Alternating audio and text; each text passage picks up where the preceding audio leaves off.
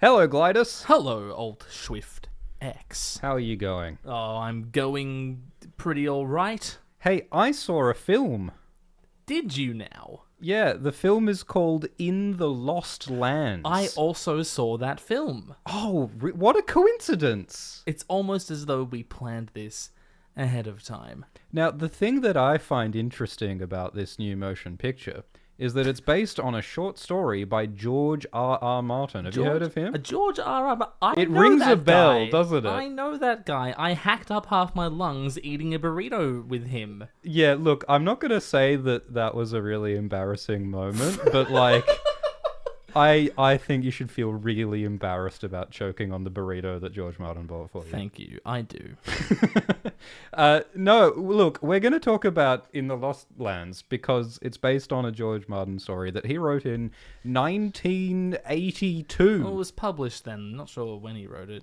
Were you born in 1982? I wouldn't be born for quite a while. I don't think my grandfather had been born yet in 1982. The 1980s, that's like olden times. That is, everyone's going to feel old, but that was like 43 years ago.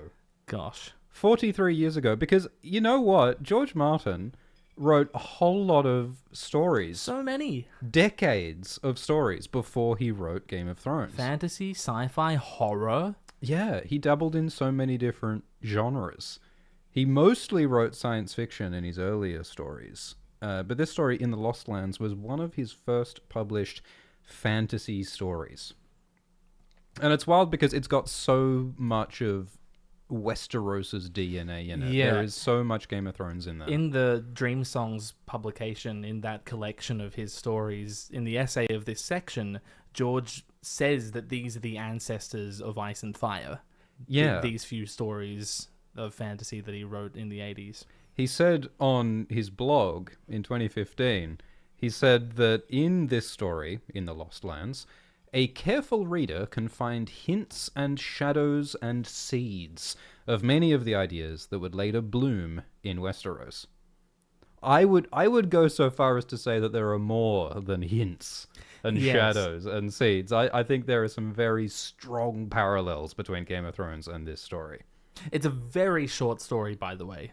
Yeah, very short story. What's the story about? What happens in this story? The story, I suppose, on the surface level, is about a witch named Grey Alice who ventures into the Lost Lands, which is sort of a post-apocalyptic fantasy setting outside of civilization in the ruins of an old great empire. Sounds familiar. And she goes out with this hunter named Boyce to find a werewolf so that she can fulfill a quest for a great lady. Is basically the idea of it. That's kind of the whole story. Yeah. And basically, Boyce and Alice develop this relationship. Because it's George R.R. Martin, they fall in love and have to come to terms with a tragic fate. Yeah, it's very much about relationships and the things that come between relationships. And it's about wonder and hope and longing, but also loss and disconnection and loneliness and disillusionment. And there's a lot of imagery that's about color and rainbow and beauty. There's the aurora, there are colorful gems, there are names that are about color. There's a night all in blue and a night all in white. And red, there's one in red. There is one in red, which is the Rainbow Guard from Game of Thrones, Renly's Rainbow Guard. Absolutely. But there's also a lot of grey. The character's called Grey Alice, and they go into this desolate wasteland. And there's Grey Alice, that sounds pretty familiar. like Alice Skarsgård, Like Alice Rivers. Yeah. It's the same. A witch named Alice. It's the same like style of naming and the same sort of like style of world. Like this is proto Westeros. Absolutely. Like all like the whole like knights with their sigils and like the rulers on the mountain and the way this society works, which is only very broadly sketched. It's mostly like it's about the characters of Alice and Boyce, but it's all framed around this task where Alice is hired by the mysterious Lady Melange, who is like a ruler in this world, and this other character Gerace, who's a knight with complicated loyalties and complicated vows. Yeah, it's very much like Jaime Lannister, I feel, this guy. So yeah, it's all about complicated relationships. It's about fantasy. It's about color. It's about gray. And so it was fascinating to hear that this was being turned into a big movie. A big, stupid Paul W.S. Anderson action movie that harkens back to the early 2000s. Yeah, starring Dave Bautista. And Mila Jovovich. Who, Jovovich and Anderson you might know from their Resident Evil movies. Acclaimed, honorable, faithful adaptations. Yeah, it's joking. What do you call an art house film, I think. Yeah, real... Yeah, they really captured why people loved Resident Evil in those films. Yeah, it's, it's schlock. It's schlock. It's noisy, fun schlock. Which is like fine, but the unfortunate thing is that they named it after a George Martin story. Yeah, they chose to associate it with George R.R. Martin, and from what I can tell, George loves schlock. Yeah, but he doesn't write schlock. Yeah, I mean George Martin famously says that his two biggest influences are William Shakespeare and Stan Lee of Marvel Comics. Like George loves big personalities, colorful drama, campy stories. Yeah, campy, schlocky, big emotions. He loves that stuff. But that's not... He wrote a soap opera for a year. Yeah, he wrote on Beauty and the Beast. Years. But I think what's awesome about A Song of Ice and Fire is that George combines the like big, colorful, fantastical drama with really deep, introspective relationships and layered characters and intricate drama, and he puts so much soul into the fantastical and the loud. And I think one of our questions in our conversation today is: did any of that soul survive this adaptation? Make it through Paul W.S. Anderson's brown filter? Yeah, because they added a lot of fight scenes. They added a whole weird plot about an evil church and a revolution, and they added a train that jumps off a cliff, and they added like these robot ghouls. Yeah, the like Groot. It looks like the unholy love child between Groot and Ultron and the Night King Darth Maul.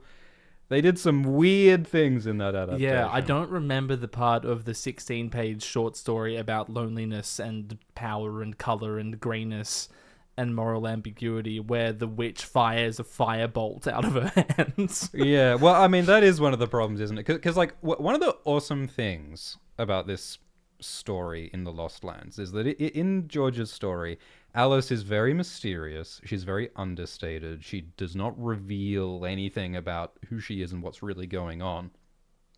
She has this like wagon. They travel and she has this wagon. And the whole time you're sort of wondering, what's in the wagon? Why is everyone afraid of Alice? What is Alice's power? And it's only at the very end that we see Alice actually do anything. Yeah. Or show any kind of power. And in that moment, it feels so like transcendent and revelatory. But even then, it leaves everything unexplained. And it's more about the emotion than any kind of like mechanical, magical thing. Yeah, like a concrete plot thing. Whereas in this movie, it's so opposite because every 20 minutes, Alice does something magical, and it operates by a different set of rules every time. Like, the opening of the movie is this very odd sequence where Alice is being hanged. What the hell was the opening of this movie, man? It was very puzzling. And it establishes that Alice makes eye contact. And if she's making eye contact with people, she can, like, alter their perceptions. And so she makes people think that there's someone else to trick them into killing each other or something. So they do, like, there's that mechanic. But then, like, later, Alice levitates and has visions of the past. That doesn't sound very illusory. That, like, actually happens. That she actually does levitate. happens. She does see into the past. And then in the nuclear smokestack.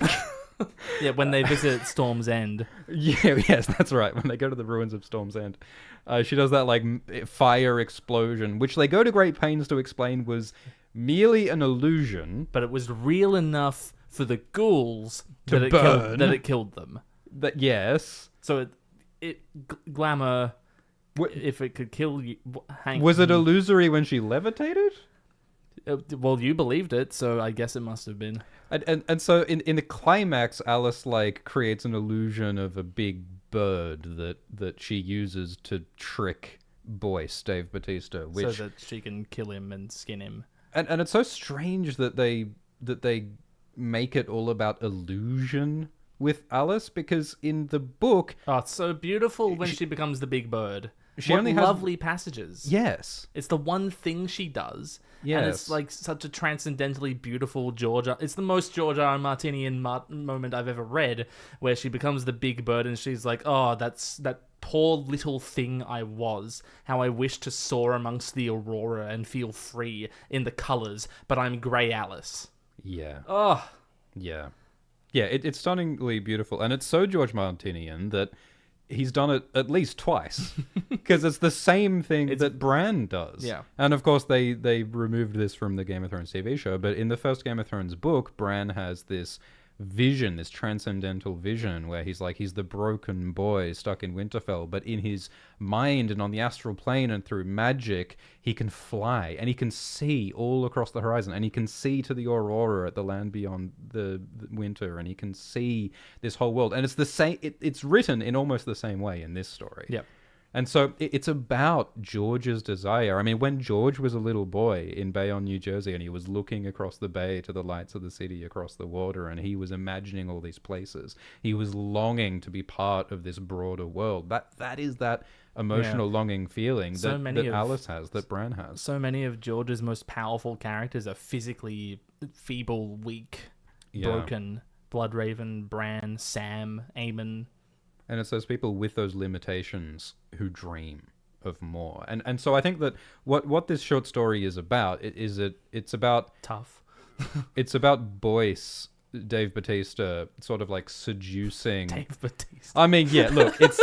In the movie... I can't believe it's Dave Bautista. Because, like, in the book, he's described as what? He's described as, like, slender, and he's got, like, long white hair, and he's young, and he's beardless, and he's graceful, and he's dreamy, and he's a sprightly twink. Yeah. Let's not mince words. He's a very attractive, sprightly twink.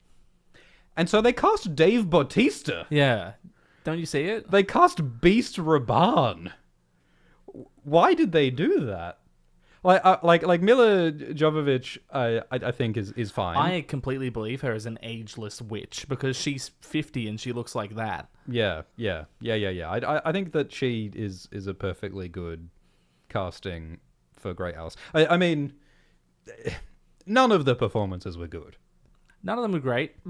None of the acting ranged from passable to very bad. Oh, some of Dave's lines were just fantastic.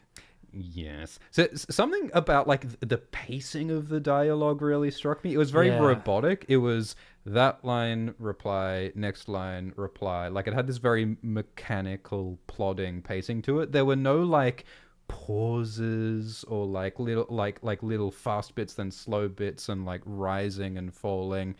There was like none of that going on. So I think that the pacing and the delivery of the dialogue was often very poor. Yeah, it was quite pedestrian. It just trotted along. Yeah, they didn't really care about the dialogue. So what do they care about in this movie? Like, I do have some nice things to say about this movie. They had some great images. Yeah, some of the visuals in this movie were like actually quite impressive and stunning and like arresting. Yes. Like, they had a moment where there was this giant ruined cityscape called the Gap or the Divide or something. It reminded me of the Divide in Fallout New Vegas. The Rift. The Rift. I feel like it was ripped off the Divide in Fallout New Vegas. It looked like the same. But in order to get across this like valley, they had this suspended school bus from like the pre-apocalyptic times, and they had to like cross across on the school bus, and of course they got attacked by the bad guys on the school bus and had to fight them off. And there was this big action set piece where they were cutting the cables and they had to swing and climb up the school bus. Yeah, and they had the nuclear sub smokestack, and they had the train going off the cliff, and all of that was like cool, fun set pieces for action schlock. Of course, none of that was in the short story. Oh, it was made up. Because in the short story, the setting is proto-Westeros. It's the entire setting of this is completely out of the blue. That it's like this. It's Mad Max. Paul W.S. Anderson wanted to do Mad Max. Yes. in like the style of early 2000s Zack Snyder. It's like if 300 and Mad Max had a weird baby that tried to call itself George R.R. Martin. Yes. Yeah, that's what's so bizarre about this whole film is that they took this very simple, minimal, emotional fantasy story and they turned it into a weak imitation of Mad Max Fury Road with like a CGI witch. It's just such a strange amalgamation of completely incoherent aesthetics. I think this is what happens in Hollywood. Like, I don't know much about how the industry works, but they just buy IP and names, and they slap names on things, and they slap IP on things that don't necessarily have any relationship to the creative goals of the project or the actors who happen to be attached or what, you know, there's just no connection, but they just force these things together. I think I recall Paul Anderson, or maybe it was the writer Konstantin Werner, who said that all of these movies, all of my movies that I make are westerns. Yeah, this is going to have a western feeling to it, yeah, you know, with the cowboy and the big tough man who gets the girl at the end and is like, hang on a moment. Yeah, yeah, it's just not at all what the story is. So it's like we wanted to make a western, and also we have the rights to these George R.R. Martin stories. They have the rights to 2 more, by the way. Bitter Blooms and what's the other one? The Song of Larendor. Yeah. So expect to see those in 20 to 100 years. And they'll be equally as baffling an adaptation as this is. The other thing it reminded me of was The Gunslinger by Stephen King. Like the sort of combination of post-apocalyptic dark fantasy with the Western thing. Mm-hmm. And I believe they made a terrible movie of The Gunslinger recently that as well. That wouldn't surprise me.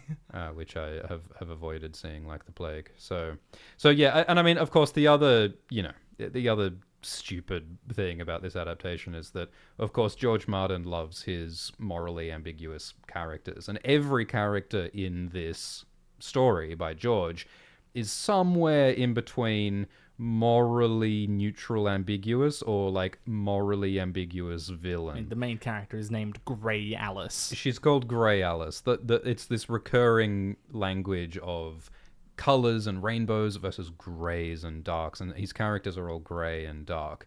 Whereas in this movie, they decided, hey, let's take this story about morally ambiguous characters and add an evil fascist church that hangs people and crucifies people, and everyone's a slave of the evil church. And they have a big train that shoots cannons. Yeah. They added an evil empire into this introspective character study. It really bothered me about the setting because I loved reading like Lady Melange sounded like a mysterious person. Yeah. Who doesn't talk to Alice in the story. Like Gerace comes to Alice with Melange's quest and his own quest, which is such an interesting idea. And then at the end, you know, she gives the wolf pelt to Gerace, and then he deals with the Melange. And like you hear about Melange, you never deal with her though. And it's like she's described as the lady of this castle, but not of like humanity. Whereas in the film, she's the wife, she's the queen of the overlord of the city below the mountain, which is supposedly the only remaining bastion of human civilization. Yeah. And it's like, you've made it less intriguing by making it more grandiose. Yeah, George Martin is a master of mystery and intrigue. And the way that you make things compelling through mystery and intrigue is by not explaining everything. It's by giving you a little sketch, a little question. And it's those questions that make you keep reading and which spark your imagination. But every question in this story, this movie insists on giving you an answer, which is always less interesting than what you would think. On the last page of In the Lost Lands, you like find out concretely that Boyce and Melange were lovers. Yeah. And that's like, oh! Yeah. And then 15 minutes into the movie, you see them like having a heartfelt farewell. And like they're saying, we are lovers and I'll be sad when you die. And it's like, well, okay, now I don't care. Yeah. This is actually quite an interesting mystery story. Like, as well as being a fantasy, as well as being kind of a horror. Like, it's a werewolf story, it's a fantasy story. George is so good at mysteries. It's also a mystery story. It's almost like a detective story, because there's like several questions and mysteries that are set up early. Like, the opening sort of mystery is that the mysterious Lady Melange, who is the ruler of this area, gets this witch Alice to bring her the power to turn into a werewolf. And so the story asks, okay, why would you want that? Why does this ruler want to turn into a werewolf? And it sets this up as a question. And it's only at the very end of the story, after that we've gone through the whole emotional arc and all of the themes about how, like, you know, being a werewolf is a metaphor here for being wild and being free and engaging with your instincts and engaging with wonder and violence and lust. And that's what it means when we're talking about werewolves here. And so we learn that there is this, like, forbidden romance between the ruler Melange and Boyce the werewolf. And Melange wants to become a werewolf so that she can have a deeper romantic relationship with Boyce, and so that she can experience that wildness and that freedom, and she must have a lust for that as well. And all of this is just implied. None of this is explained. But that mystery and that question, which relates directly to the theme, runs through the whole story. But in the movie, they ruin that. It's completely done away with. By showing the Queen, Melange, macking on Dave Bautista in the first 15 minutes, which ruins that mystery. And there are several other of those mysteries, all of which are ruined by having them explained to the viewer early on in the movie. So they screw that up. Another relationship that's completely done away with is between the two main characters, Alice and Boyce, because in the story they become lovers on their path through the Lost Lands, which makes what happens in the very end much more tragic and just interwoven than it is in the film. Yeah. and it's like, it's not like they have to have sex necessarily. Like, they could have made it an intimate relationship in several different ways. But they did not accomplish it in any way. Like, they just had conversations, and a couple of times they say to each other, I really like you, and I'm gonna stick with you together. But they didn't, like, create that emotional bond in a meaningful way, I felt, which... I believe that Dave Bautista had a stronger bond with his two-headed snake gun thing than he did with the other main character in the film.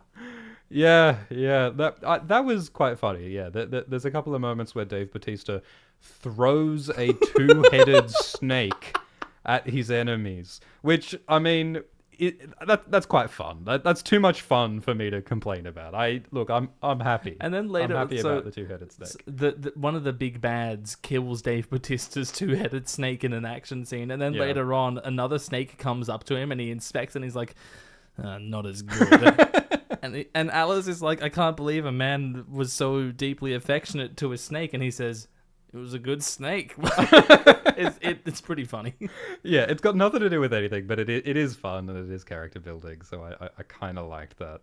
But yeah, most of what they added was baffling. I mean, the two-headed snake thing. So I think that they were implying in the movie that, you know, there have been some kind of nuclear accidents or disasters, or nuclear bombs have been dropped, and that's caused radioactivity, which has caused animals and humans to mutate, and that's why we have a two-headed snake, and that's why we have those Groot cyber gremlins in the scene at the nuclear smokestack. Yeah.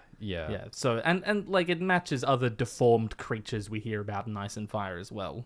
Yeah, like in Shy, there's like weird mutated animals, and there is a bit of that vibe in Westeros, that there are some like thin places where maybe something akin to a magical nuclear disaster has mutated and darkened places. Well, as I've said before, Westeros is straightforwardly post-apocalyptic. The Long Night was an apocalypse, no matter which way you turn it.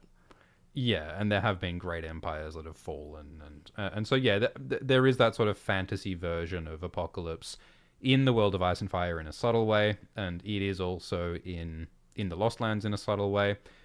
In the movie in the Lost Lands, they make it like they explain to you in a narration at the very start that everything was fine, and then the big war destroyed everything, and that's why there's school buses and nuclear smokestacks and again, some of that imagery was really cool. Like, yes, it is cool to see like wind turbines in like a fiery, bombed out wasteland, and it is cool to see like a medieval crow cage execution torture device hanging from a modern street lamp. Yeah, that was fun. I liked that. Like, all of that is cool. And of course, in the Lost Lands, the movie is by no means the first to realize that. There have been many, many, Mad Max being the most obvious influence, but lots and lots of post-apocalyptic landscapes like that. But I mean, I'm not going to take that away from them. They did some cool images and some cool set pieces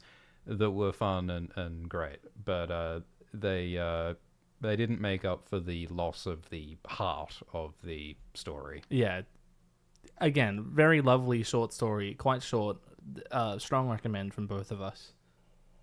Yeah. In fact, most George stories, he's a good author. It turns out. Yeah, he might be all right. Might be worth chatting about at some point. This George R.R. Martin fella knows his stuff. One of so the character Grey Alice, the witch in the short story, reminds me so much of Bloodraven. Mm-hmm. So Bloodraven in the Dunk and Egg series, especially, is this pale sorcerer who is quite inscrutable and has the ability to change his form, and also uses like animals to spy. And it's super similar to how Grey Alice is described, as this mysterious pale sorcerer. And there are these lines where Grey Alice like puts the word out that she needs to find a werewolf, and it goes through all these hidden networks of information and through the low places and through the high places. He writes about that so evocatively. Like, just in a few short lines, you get this entire world of messed up creatures and shadowy networks. It's a very like delicately sketched, vaguely sketched world, but it's tantalizing, so evocative. And in the movie, she levitates and looks into the past and finds the werewolf herself. Yeah, and then goes to meet him at a bar, like Han Solo. Yeah, I mean, the movie, she just learns the central secret of the movie in the first 20 minutes, whereas in the book, the entire ongoing mystery is like, the twist of the story is that they're on a mission to find a werewolf, and it's only revealed at the end that Boyce, Dave Bautista, is the werewolf. And in the book, that's a big twist, and it's great. But in the movie, they tell you that already, so it's not great. But I really like the line when like Alice is putting out the word and all the networks of information, and one of the agents who pass on her magical information is quote, soft grey rats with tiny human hands whispered to sleeping children, and the children shared it with each other and chanted a strange new chant when they skipped rope. Whoa. Yeah, it's witchy. Yeah, right? Yeah, man. But none of that's in the movie. No, she's not very witchy. Like she's just like a warrior. Yeah, they call her a witch, but she just stabs people a lot. She shoots guns. She shoots guns. Yeah, there's all these guns in this movie. There were no guns in the short story. Yeah, it's a fantasy story. There's no violence until there's one like fight scene at the very end between Alice and Boyce. But in the movie, every 15 minutes, there's like evil goons from the evil church like jumping around. It's so silly. Get beat up, and some of it's fun. Yeah, they throw a train off a bridge. It's pretty fun. Yeah. One of the changes that angers me the most is in the book, Boyce the werewolf. When he becomes a werewolf, he's a white wolf because his hair is white, and it already is kind of like eerie and interesting because he's a young man. He's a young beardless with man, white hair, and yet his long hair is white, and it's that's mysterious. It's like, that's odd. And of course, so he transforms and he becomes a white wolf. And that is, it has so much like Jon Snow energy to me because it's called the White Wolf. Yeah, because in the Game of Thrones TV show, Jon Snow is called the White Wolf, and there is speculation that maybe it's possible that Jon Snow his hair might become white after he's resurrected in the future Game of Thrones books. We don't know if that'll happen, but it's a cool theory.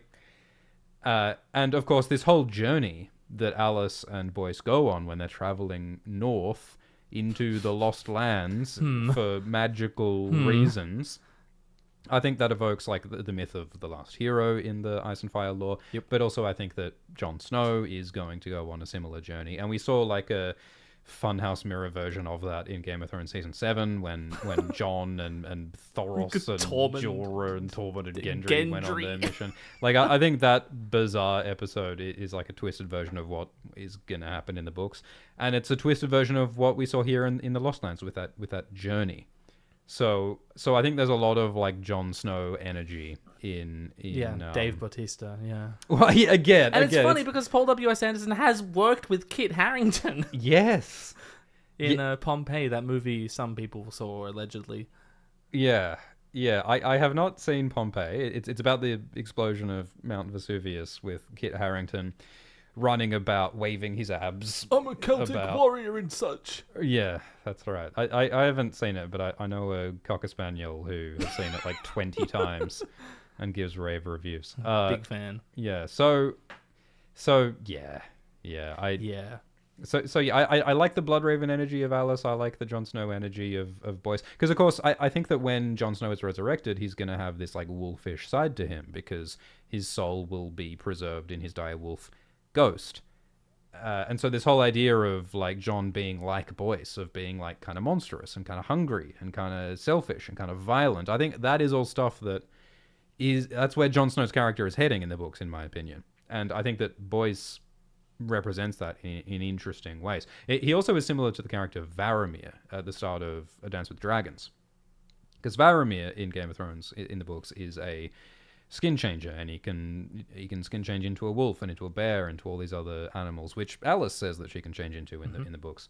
And Varamir explores this idea that like skin changing is seductive because it's freedom and it's power and it's individuality and it's expressing yourself, but it's also violent and destructive, and there's like a selfishness to it, which is part of the point of In the Lost Lands as well. I think the really sort of beautiful thing at the heart of this short story is that it's about the parts of us that are inaccessible to others. Like this story, and so many of George Martin's stories, are just about the need to connect with others and searching for love and searching for connection and the things that hold us apart from that connection. And I think what this story is about how our desire for wildness and our desire for wonder and our desire to explore alone and to follow our passion and our desire is in a way it separates us from others, because other people can't know and be part of that like deepest part of our soul, which is such like a deep and beautiful thing that they interrogate. Yeah, did you get that from the scene where the evil fascist church people shoot the tank at Dave Bautista? No, I kind of didn't. So yeah, that line where in the short story Alice becomes a big beautiful bird and wants to fly free amongst the colors of the aurora, that's like so the freedom of skin changing. It's like he uses the word skin changer in this story, by the way, everyone. There is so much that is, this is pre-Game of Thrones, like he said. This is an ancestor of A Song of Ice and Fire. This is where he started noodling on these things, and so it's all there. All the DNA is there. And all these descriptions of like the things that are in the north, the werefolk and changelings and grey shapes that walk only by twilight, shuffling things, half living and half dead. Like that could be a description of the lands beyond the wall in Westeros. Yeah. It's the same ideas. And like the changelings, like or Canada. Like the proto White Walkers, the proto others in A Song of Ice and Fire, George Martin was originally going to call the White Walkers the Neverborn. And that whole idea of like stolen children, like Craster's babies, seem to be transformed into White Walkers. So that whole idea of a changeling, like the fairy tale mythological folkloric changeling, the stolen baby that changes into some fairy thing or whatever, like these are all ideas that George was thinking about, and which, you know, some of it made it into Ice and Fire, some of it didn't. But this was a decade before he started writing A Game of Thrones. Yes. Would you like to talk about the ending of this story? Yeah, what happened in the ending? This film. What on earth did they do? Oh my god. So the film begins with the framing device of Dave Bautista. I'm going to tell you a story. I laughed out loud. So did I, because reading the story, his character is dead at the end of it, so how the hell is he the framing device? Yeah, if you've read the short story, the first 2 seconds of this movie reveal that they have completely changed they've already in the first 2 seconds they've already botched the adaptation. And they make this work by him not actually dying when Alice kills him. Yeah.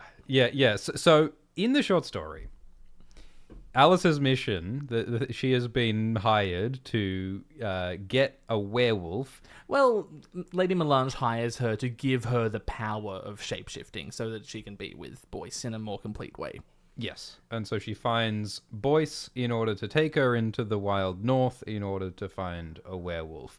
The secret being that Boyce is in fact the werewolf. And so what happens between Boyce and Alice is that Boyce has this sort of seductive thing where he's like becoming intimate with her, but also planning to literally eat her because he's a predator and he's a monster and he's a beast. But they also develop this intimacy, and Alice is sort of quietly guarding the fact that she kind of knows what's going on, and she is in fact more powerful than he is. So when he does try to eat her, she defeats him using her ability to transform into a bird. She can transform at will regardless of the state of the moon, whereas Boyce is reliant on the full moon, and he's completely envious of that power in her. So Boyce is kind of like, oh my god, like I thought I was the powerful one in this relationship, but you are the powerful one. And it's at that point that Boyce, so I wonder if that'll come up in Ice and Fire. Yes. Well, yeah, I mean, it makes me think about Bloodraven and Bran. Yeah, when this in the short story, it's about a wolf battling a seer, a bird, yeah, and with magic powers, and I feel like that is the battle that will take place between Bran the wolf and Bloodraven the bird. Sure. And it'll be the student surpassing the master when Bran surpasses Bloodraven. I think that's kind of what's happening. But so in the book, Alice defeats Boyce, and then she ties him down, and she literally skins him. Yeah, alive. She cuts off the pelt of this werewolf Boyce while he's alive and screaming. And it's through the power of that pelt that she's able to grant the ability to turn into a werewolf to Lady Melange, which incidentally is a Stark Bolton thing, right? Yeah. Because the funny thing in Game of Thrones about the Game of Thrones books between House Stark and House Bolton's ancient sworn enemies is that the Starks have the blood of skin changers to turn into wolves, and the Boltons have a very strong vampire energy. It's not really ever explicit but whether come the on. Boltons are vampires, but they have that energy. So it's really funny that in the books it's like the classic werewolves versus vampires trope. It's Twilight. Yeah, it's Twilight. Yeah. Northern politics is in fact just Edward versus what's his name? Jacob. Which you know from having watched the Twilight films so many times. Thank you. That's You've correct. got a lot to learn from that Cocker Spaniel. It's got good taste. You need to subscribe to my Cocker Spaniel's Letterboxd. Is that what it's called? The website where the film wankers. I just review. go to an actual letterbox. Just peer inside. You just speak into the letterbox. What did you think of Matrix Revolution? I thought Oddity was pretty good. You all should watch Oddity. So what am I saying? I'm saying that she skins the werewolf boys. That's right. And so it's this tragic thing where Alice, the emotional heart of the story is that even though Boyce is a monster and a predator who wanted to eat her, part of Alice is lonely, and she feels for Boyce's desire to be free and to be together. And they could have been beautiful together. They could have hunted and felt free. But it's about that paradox of how it's the very wildness and the passion and the power. The power and the passion. The power and the passion. It is that which alienates Alice from everybody around her. And yes, Alice is powerful and badass, but that power and that knowledge, it makes her unable to fully connect with other human beings. She's very sad. Yeah, so it's about loneliness, and it's about the connections between loneliness and power and passion. And all those anyway, things. in the film, he doesn't actually die. Yeah, they do this tortured thing where, like, she does skin Dave Bautista. And gives the pelt to Gerace. And she does give the pelt to Melange. Gerace and Melange. But then the pelt mysteriously disintegrates in sunlight. Yeah, when the sun rises, it disintegrates. And then the magical CGI particles from the pelt transmit through the air, a bit like Eleanor in The Good Place. Spoilers. And then the magical particles go to the devoid buried of context. grave. That spoiler is nothing. Of Dave Bautista, and then Bautista rises from his grave, still has his skin. Not sure how he has his skin. Oh, he's got cuts all over him. He's got scars on it. Did she put his skin back on? don't know. I don't get it. And then, despite the fact that she skinned Dave Bautista, she makes friends and rides off into the sunset with him. Yeah, which I hate. It goes against the entire message of the story. Yeah. Which is about disconnection. This is the most any adaptation has captured my voice. What's the quote?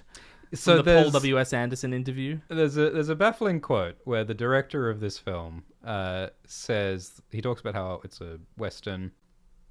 But yeah, like just a few days ago, the director Anderson said that he showed George R.R. Martin this movie. Screened it in the Jean Cocteau in Santa Fe. George's little home. His personal theatre. And which is lovely, by the way. It is lovely.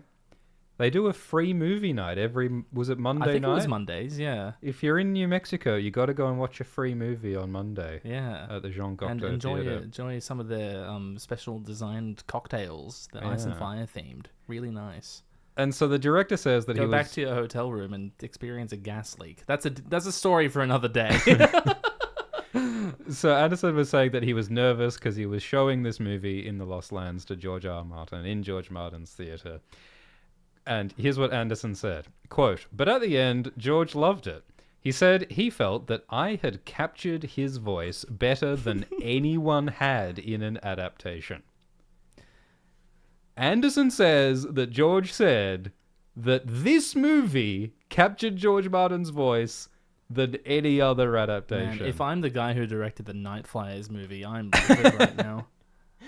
Better than Game of Thrones, better than House of the Dragon. Better than... I assume this is after he's seen some footage of A Night of the Seven Kingdoms. Well, yeah, that's true. Which he's been raving about. George has said on his blog that A Night of the Seven Kingdoms is fantastic and great. And look, I think George might have been being polite. He's just a very polite man. I think he might have been being polite. Because again, like, there are things that I like about this movie. But it does not None capture... of them are George R.R. Martin, though. It's got nothing to do with the voice of George R.R. Martin or Yeah. the meaning of George R.R. Martin. Another thing that happens at the end of the movie...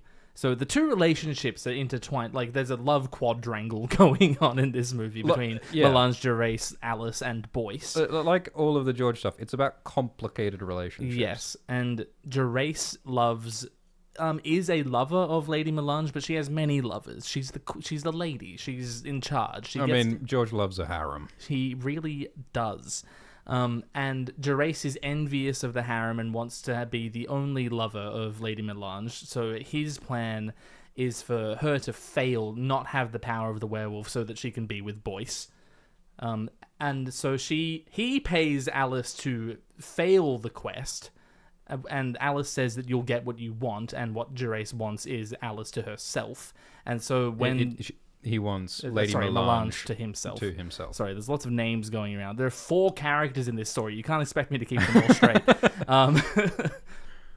And so when Alice kills Boyce, Gerace does get Melange to himself, but Melange is broken because her true love has been killed. And she does become a werewolf, and she spends every night prowling the streets, howling in mourning for her dead lover who she wanted to hunt with, who she wanted to feel the freedom of nature with. Yeah. Isn't that just so tragic that he got the love he wanted, but it's broken by his own wish? It's incredible because the story is about exploring the emotions and the relationship between Alice and Boyce. But then after establishing that so powerfully, the story then zooms out and tells us, and hey, look, Lady Melange also has some of those feelings, and it zooms out and it's like, oh my god, these are feelings that other people have, that everyone has some of that inside of us. And it doesn't tell us much about that directly, but it implies and it sparks us to imagine how Melange must feel and how jealous Blue Steve feels. What's his name? Gerace. Blue Steve? I feel like his name is Gerace because he's jealous. Oh, sure. Gerace is jealous. Isn't he also described as a paladin in the story, which I really enjoyed? Yeah. The word paladin is such an interesting history because like it's so commonly thought of these days as like a D&D class of a magical knight who calls on holy oaths to like protect the innocent and such, when really the word comes from I'm pretty sure the word comes from the Knights of Charlemagne's court, like really? in an analog to Arthurian legend of the Knights of the Round Table. Yeah. Charlemagne's paladins are those, and then it just got revived in the 70s by Gary Gygax because he liked the word, and it became a magical knight with holy orders and shit. Gary Gygax has a lot to answer for. Didn't Gary Gygax Githyanki. Yeah. So one of George Martin's ancient science fiction stories had this alien race called the Githyanki. And yeah, Gary Gygax took that and just put it in D&D. And it has been there for the past 50 years. Does George know? Of course he knows. There's no way George played D&D. George must have... Can you imagine being George Martin? Yeah, you're sitting down to play in advanced 1983, going through the monster manual. Oh, do I want to play as an orc or a half orc or what? Githyanki? That's so funny. Yeah. Man. Oh well. So yeah, it's fascinating Classic to see those Gygax. relics pop back So up. anyway, Melange gets the pelt and mourns and all that, and Gerace has to live with that. In the film, Melange kills Gerace so he doesn't have to live with the consequences of his own jealousy. Yeah, it's so horrible because George gives an infinitely more tragic ending in the short story. In the short story, pages, by the way, 16 pages. The film is 2 hours long. Yeah, it's amazing how the film did so much less with 2 hours than the short story did with 16 pages. You could read it in 20 minutes. Oh, well, less if you're a fast reader, surely. Because it's about romance in the big sense, romance and tragedy. That's what George Martin's doing. That's what George Martin always does, is romance and tragedy. And the tragedy at the end of the story is that Melange has to live with the consequences of her actions, which led to the death of her lover, Boyce, the one lover who she really wanted to be with. And jealous Steve, Gerace, has to live with the consequences of his actions, which is that his jealousy and possessiveness made him drive his queen mad. And Alice has to live with the consequences of her actions in having skinned alive the one person who almost kind of understands what it's like to be hurt, to be powerful, and to be alone. And Boyce has to live with the consequences of being dead. So, like, each character has a perfectly concocted, ironic, tragic ending. Monkey paw stuff. Yeah, monkey paw stuff. Because that's the theme that George Martin comes back to over and over with magic and with prophecy, is that it backfires. And the point of that is that you think you want to achieve your dream, but when you achieve your dream, it never quite works in the way that you thought it would, because dreams by their nature they can be pitfalls, and they can be... It's a little bit like what Frank Herbert does in June. They're not congruent with reality. Yeah. Our desires and our imagination are never quite the same as reality, and that's the paradox of dreams and desires and longing. I wonder how George feels about dreams now that he's, the most famous fantasy author in the world. Oh, absolutely. Absolutely. Now that he's accomplished what he thought was impossible and he always wanted, and maybe it's not what it should have been. Yeah, I don't think I don't think he's ever said it in those words, but No, but surely. it's there. It's there. You read his blogs, you read his interviews. George Martin is someone who dreamed of becoming an author, who dreamed of experiencing more, who dreamed of traveling, who dreamed of having a screen adaptation of one of his stories, a dream which seemed impossible for so long, but which incredibly has happened. He has become one of the most famous and successful and wealthy authors of all time, and millions have enjoyed his stories. But despite the fact that it's beyond his wildest dreams, it also is not quite what he imagined. And so many of the adaptations have not quite worked, and there has been loss and tragedy and problems of all kinds in his life that are unexpected, as there are in all lives. And that's the sort of beautiful tragedy in that George's art reflects so much his life, and vice versa. So many of the emotions are mirrored there, and so that's very much in this story. The idea, and that's very much about what he's writing about. When George is writing about dreams, when he's writing about magic, when he's writing about prophecy, it's when you think you want it, but when you get it, it's never quite what you imagine. It's disillusionment. Disillusionment, yeah. Yeah. And in the end, the best thing you can do is just try to be good, try to make good things happen. We should say that George Martin has a long history of starting series and not finishing them.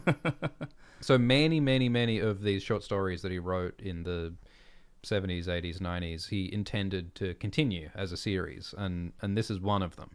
George Martin planned, quote, "I wanted to write 6 or 8 or 10 Grey Alice story." Stop me. And George Martin wrote 2 pages of a second Grey Alice story, but then he stopped. And he can't quite remember why he didn't continue. It's really funny the way he talks about this. He's so funny. Yeah. So he did tried intend to write The write Winds of more. Winter, and I forgot why I stopped.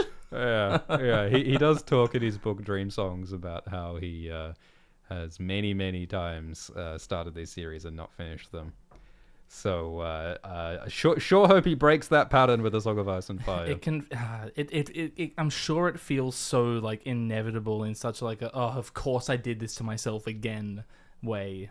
Yeah, I mean that's what I was saying about like his life mirroring the themes of his art, because his art is about like sort of tragic dreams that are never quite fulfilled, and so if George does not finish A Song of Ice and Fire, it's the most Ice and Fire thing he could do. It would tragically and ironically fulfill all of his themes about tragic and ironic unfinished dreams. Yeah, it would. It's we wouldn't get the end of the story, but we would get a hilariously thematically appropriate end to the whole saga, wouldn't we? Yeah. George did say, rather ominously, George did say recently in an interview, for the first time ever, George was saying, some people say that I might not finish A Song of Ice and Fire. Maybe they're right. I don't know. Ugh. He said that in an interview recently, and he's never said that before. He's always been like, those people can screw off. I'm going to do it. That's what he's said for the past, 3 decades. But, obviously we should only for the best. So, funny movie. It killed a couple hours. It killed a couple of hours. Yeah, look, if you want to see something noisy and distracting for 2 hours, then go and watch In the Lost Lands. I mean, I should say that, like, George Martin was saying on his blog that, hey, like, maybe if the movie is a big hit, we'll make more Grey Alice stories, and maybe we'll, like, make more Grey Alice movies. Because, the change that they made to the ending opens up the possibility of doing sequel movies. Yeah, with the boy still alive. And I think George, at least some people have said that George has sort of toyed with the idea of using screen adaptations to continue some of his unfinished book series, like Dunk and Egg. Yep. Like his collaborators Elio and Linda have said that, well, maybe George won't write more Dunk and Egg stories, but maybe the Night of the Seven Kingdoms TV show, maybe that will be a way to continue Dunk and Egg's story. And I think that's not a bad idea, honestly, with Dunk and Egg at least. And he's done the Night Flyers and Sand Kings and Tough Voyaging. He's wanted to adapt Tough Voyaging into a screen adaptation now. For but the Polish, we can't because of the Polish. Yes. Yes. The Polish have the rights, and we were informed that due to the Polish, they can't move forward with a Tough Voyaging adaptation. But anyway, to read some of George's other stuff. Oh yeah, there's so much wonderful stuff that you could, like, people lament that there's not more Ice and Fire they can read, but there is actually. Yeah. There's actually a lot of Ice and Fire that you probably haven't read yet. Yeah, I mean, if you want to know what's going to happen at the end of A Song of Ice and Fire, read And 7 Times Never Kill Man. Read The Dying of the Light. Spoilers alert, by the way.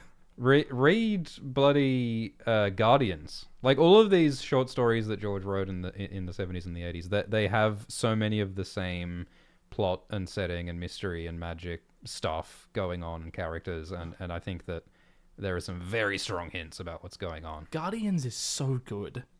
Yeah, and it's got a psychic cat in it. It's got a psychic cat.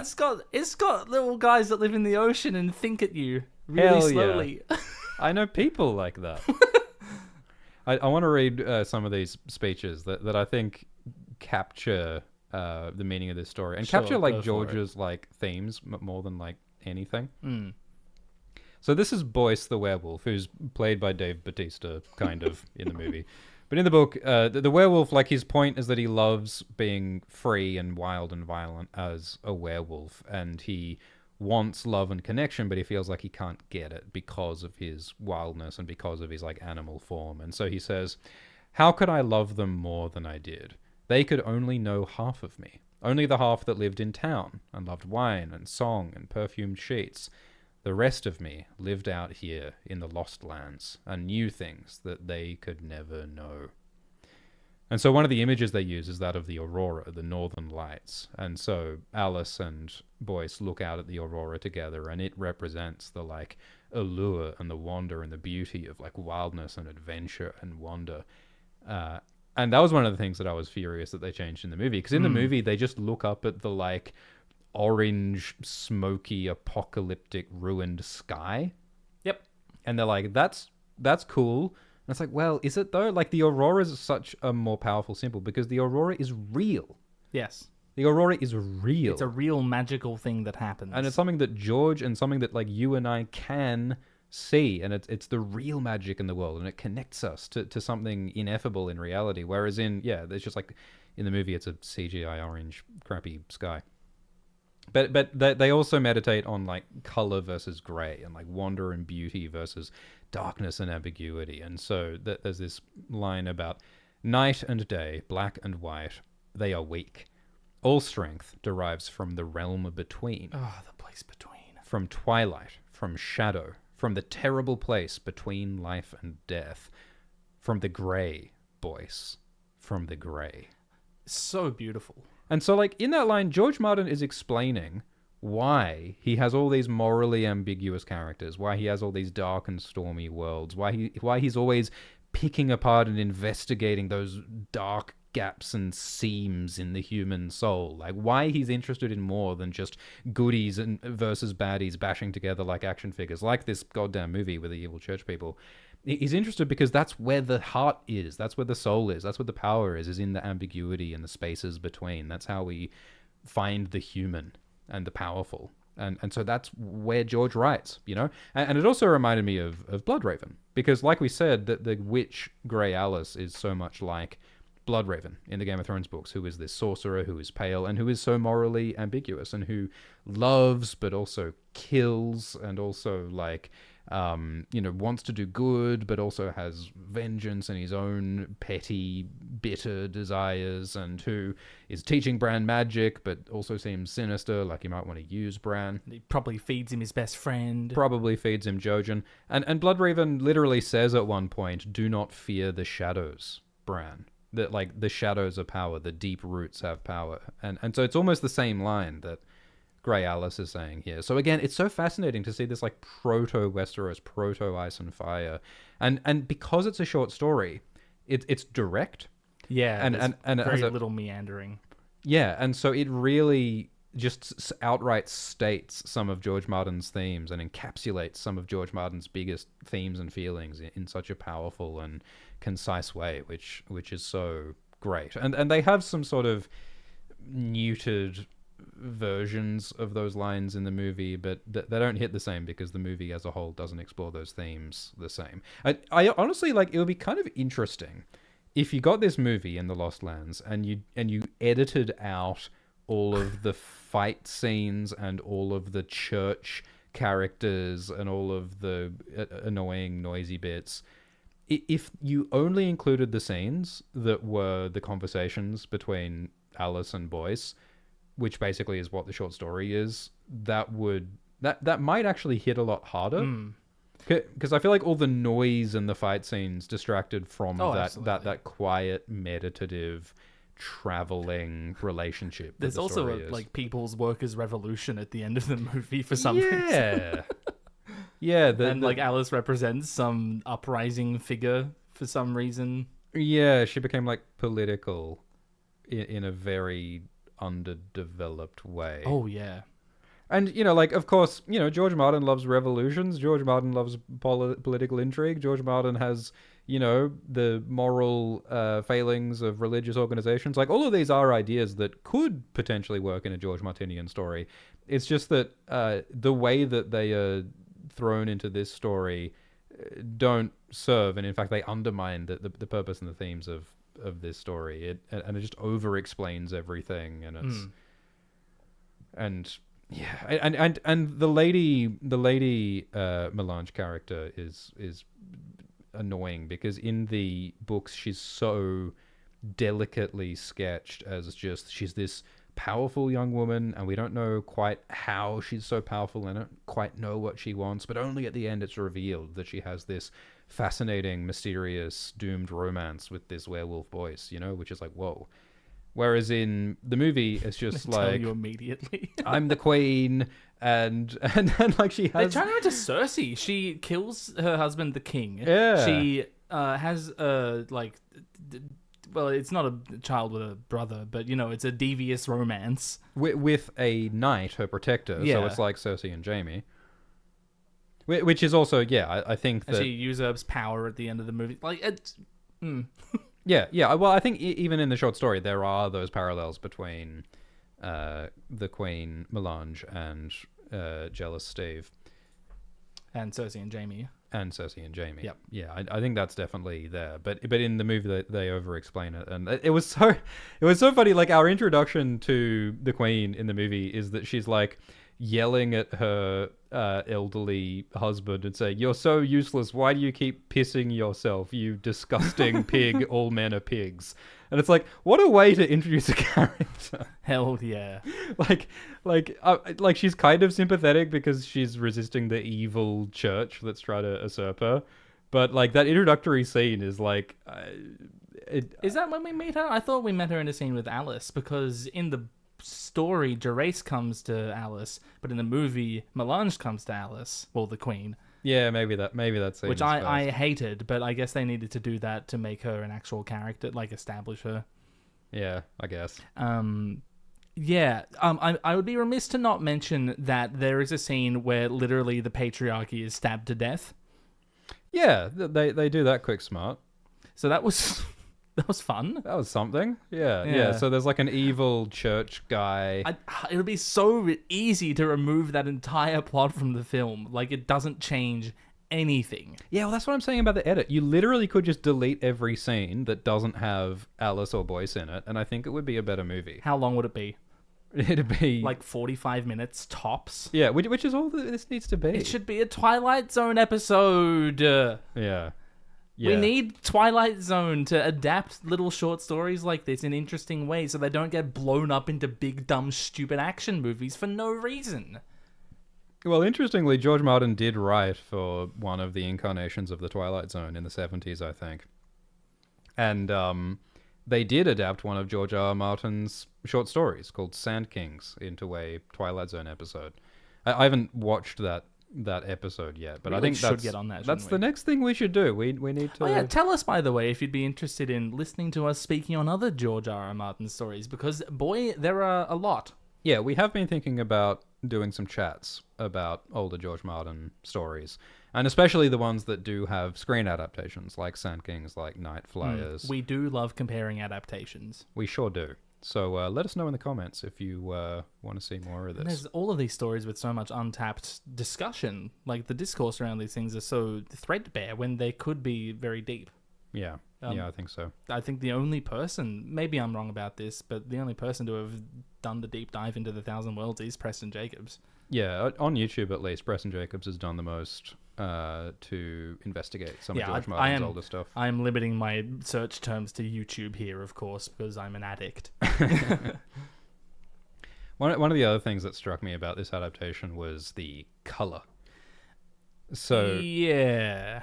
So one of the whole, sort of motifs or vibes of the short story is the idea of like colors and rainbows versus grays, because you've got the color nights, the blue and the white and the red or whatever, and there's the gemstones and there's all these different, and the aurora itself, like colors and rainbows become a metaphor for wonder, joy, dreams, freedom, longing, desire, freedom, nature. And that's versus the grays, the name Grey Alice, and all the moral murkiness, and so all that color is a really important part of the language. And George Martin has written at length. I mean, in the introduction to this section in Dream Songs, George writes about how fantasy is silver and scarlet, indigo and azure, obsidian veined with gold, and This lapis essay lazuli. is so beautiful, by the way. I encourage everyone to read this essay. It's fantastic. Yes, yes. So it's all about George Martin using color and also using food as a way of evoking the feelings of dreams and wonder and fantasy. And so it's such like a duh moment that, like, if you're making a screen adaptation of any George Martin story, but especially of this story in the Lost Lands, put color in it. Oh. Use color and use gray, because he's handing you a visual language on a platter. Here's how you translate my themes into visual storytelling. He's telling you how to do it. But in this movie, they're like, nah, we're not going to put rainbow colors. We're not going to have Jealous Steve wearing blue. We're not going to have the colorful gemstones. We're not going to have the aurora. Everything in the movie is brown or orangey brown. Orange brown. There's a tint of black. yellow brown. If we're feeling really adventurous, maybe some reddy orange. I saw a blue tint in a few shots. Did you really? Yeah, I did. Yep. They really put the old Xbox 360 piss brown filter on. It's like it, I'm playing they? Rage. You're right. Yeah. It's like Gears of War 1. It's a George Martin character walking through Gears of War 1. Hell yeah, we all wanted that. It's just so bizarre that George made it so easy for them. And like I was saying that, like, this movie, it's like the creators of this movie were walking, like they're tiptoeing through a land, like a minefield. They were stepping through a minefield, and they were desperately trying to avoid stepping on any of the storytelling themes, characters, or motifs of the short story. They were going out of the way. It's like Tom Cruise in Mission Impossible. He's like dodging the lasers. Yeah. It's like Neo, like dodging the bullets. Yeah. The director, the creators, they went out of their way to not do any of the interesting and beautiful things that were in the short story. No adaptation has captured my voice. Yeah. While we're digging on the movie in general, blah. Yeah, the sound. What did you think of the sound design? I think that the audio was clipping. I'm not sure if it was the cinema I was in, like having crap speakers, but I'm pretty sure the audio was. I don't know if it was intentional. If it is intentional, it's a horrible decision. If it's not intentional, it's just incompetent filmmaking. But yeah, the audio was clipping in many places. Yeah. And I was just horrible to listen to. It was not pleasant. The soundtrack didn't stand out to me at all beyond that. They didn't have any songs in that movie. No. Did they? No songs, no music. Oh, and of course, famous, A Song of Ice and Fire, The Song of Lonely Larendar. A song for Leah. Dream songs. It's not like George Martin has ever expressed any interest in songs. The has he? Armageddon rag. And they didn't have any fucking food. They didn't have color. They didn't have music. They didn't have food. Those are George's 3 favorite things, and they didn't put them in the movie. He loves a harem. Well, she didn't even have a harem. in the No, movie. she didn't have a harem. They That's took right. out all of George's favorite things. How? Oh, no harem. It's a movie. How do you make a movie with no color, music, or food? It's quite impressive, actually. But This is the Paul W.S. Anderson film. Like, all of his movies are like this. it's just so obviously the wrong director for the job. Like, I'm not saying that, like, the filmmaker's bad. I'm saying that It's a this wrong match. filmmaker in this film did not capture anything that's great about the story. And because the short story does, in fact, have another classic quote, "Grease ran down the corner of his mouth." Proto Ice and Fire. Proto Westeros. The great meme of George R.R. Martin is that he's always describing food in elaborate detail. He's always hungry when he's writing, and he's always describing grease running down people's chins. And he literally does it in this story, as in so many others. But yet, there was no food in this whole movie. What were they eating? There was even We a don't scene know. in a bar. Why wasn't Boyce munching on some on a pub dinner? It was weird when, like, Dave Bautista was like, I don't come here to talk to people. But then, like, I feel like that contradicted another line where he was talking about how he did want to. There are lots of minor contradictions amongst the dialogue. All the dialogue is just a bit. At the shite. start of the movie, he's like, "Let me tell you a story." Like, it feels like he's talking directly to us. Like, I'm going to tell you a story about how I met a witch called Alice. And then at the end of the movie, we find out that he's talking to Alice. Yeah. Why is he? Is he being cute? Puzzling stuff. Like Dave Bautista is telling Alice about the adventure that Dave Bautista had with Alice. Is that happened what's like happening? 2 days ago? I mean, in fairness, Dave Bautista did just die. So if his brain isn't working very well, Don't blame him. What if Jon Snow comes back and his brain is just damaged because he's been dead? He goes up to Sam and says, "Hey Sam, you're never gonna believe it. I joined this organization called the Night's Watch, and there was this guy called Sam, and then me and it just really." And I swapped the babies, but I swapped the babies, Sam. Don't tell Sam, but I swapped the babies, Sam. Alice is a lot like Melisandre. Indeed. Because they've also got this like undead, very old thing going on. Like right, yes, Alice is an ageless witch. And that's something that they make explicit in the movie, but which in the book is barely explained. Yeah, all these side characters. Like they added that old woman. Yes. Who's like friends with Alice. We haven't even mentioned Boyce's country girlfriend. Yeah. And her brother, Ross. Was it brother? Yeah, they were brother and sister. Oh, I thought he was the husband and he was just letting Dave Bautista sleep with his wife. No, they're brother and sister. How did you know they were siblings? They said it once. Oh, okay. In the film. Well, I mean, it's George Martin, so that still doesn't rule out what they might have been. True. Because there is a fair bit of incest in some of these short stories as well.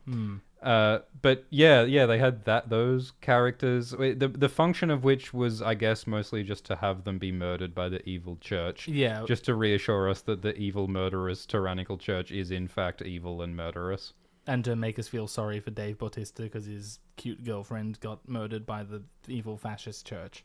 I like that aspect in the books of how Boyce talks about how, yeah, you know, I've got a woman in every port, but what I really crave is someone who understands the deepest part. Well, yeah, but that's what Alice is feeling as well, and that's what brings them together. That's why I'm so confused that there's no romantic element to their relationship in the film. But it's so real as well, isn't it? Because Lady Melange, like this is about Lady Melange. She knows that she's a side piece, and she wants to be the main squeeze. Gerace also knows that he's a side piece to Lady Melange, and he wants to be the main squeeze. Yes, so you know, magic and werewolves aside, it's about people wanting to be closer to people, and it's about love triangles and all very real stuff. And of course, you know, that George was probably going through at the time. Exactly. George Martin has talked at length about how his relationships and romances and failed romances and divorces have a huge inspiration for the relationships in his stories. And so yeah, the tragedy of like Melange literally being willing to transform into a wolf, that is how far she will go in order to be closer to this guy so who beautiful. She sleeps with sometimes. She's which willing is to like, become a monster. who among us has not gone to unreasonable lengths to try to win over someone who may or may not be worth it, you know? Who boy. I feel like there's a lot of Kristen Cole energy in Gerace. Because Gerace is the sworn knight who goes too far and becomes too possessive in trying to protect and trying to own Lady Melange. It's like Jorah and Daenerys as well, actually. Like, because Jorah is the loyal knight who is creepily trying to get his queen. Absolutely. And it's very similar to Melange and Gerace. I was also thinking about the name Melange. Like, the name Lady Melange is so beautiful. Like, I can't think of the word melange without thinking of Dune, because the spice melange. No way. In Dune. Oh, I just got that. Oh, no.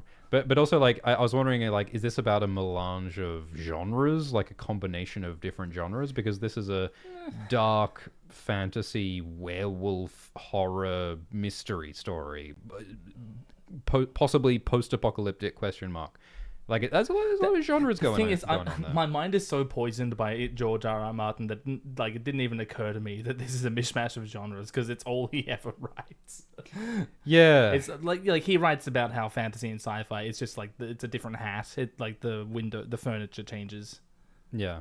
It was interesting hearing about like how the short story market industry was influencing what he was writing. That's an interesting part of Dream Songs, is he goes on about how in the 70s it was a great time to be a sci-fi short story writer, but not like a very lucrative time to be writing fantasy. So that's why you don't see much fantasy from him in the 70s.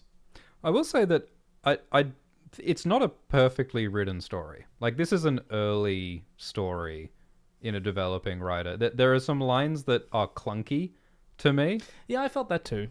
Like, there's a bit that's unnecessarily awkward where it describes Jurace removing his helmet, and then a paragraph later it describes him removing his helmet again, and it's playing funny buggers with tense. And there's also like someone describing someone as being of indeterminate age in dialogue in a way that it just felt like a clunky phrase to use in that line. It's just like, compared to George's later writing, I just feel like there was some clunkiness and some jank. Well, the difference some is inelegance. He finished this story, whereas the polish required of Ice and Fire changes that. Yeah, it does. I mean, that I think is part of why George hasn't finished The Winds of Winter, is that he's become too much of a perfectionist and demands too much of himself. Perhaps he was always a perfectionist, just he's unlocked new levels of perfect over the years. Well, he had to pay. Well, I feel like your approach to video editing is sometimes similar. But I feel but like, you know, George had to pay rent. He didn't have the luxury of spending 13 years to finish a book. Yeah, because he didn't have an 8-digit stipend from HBO. Yeah, back in the day, he had to hand in the story or he'd lose his house. Yeah, whereas now, George literally can twiddle his thumbs for 13 years and he will still have a house. So, you know, we like to romanticize art, but there are economic realities affecting all art at all times, and that's influenced George too. And it probably influenced this movie. You think? I mean, will this movie make money? I don't know. That's a great. I'm not well enough around the film industry to answer that question. Will anyone watch this movie apart from us? I don't know. I was the only person in my theater.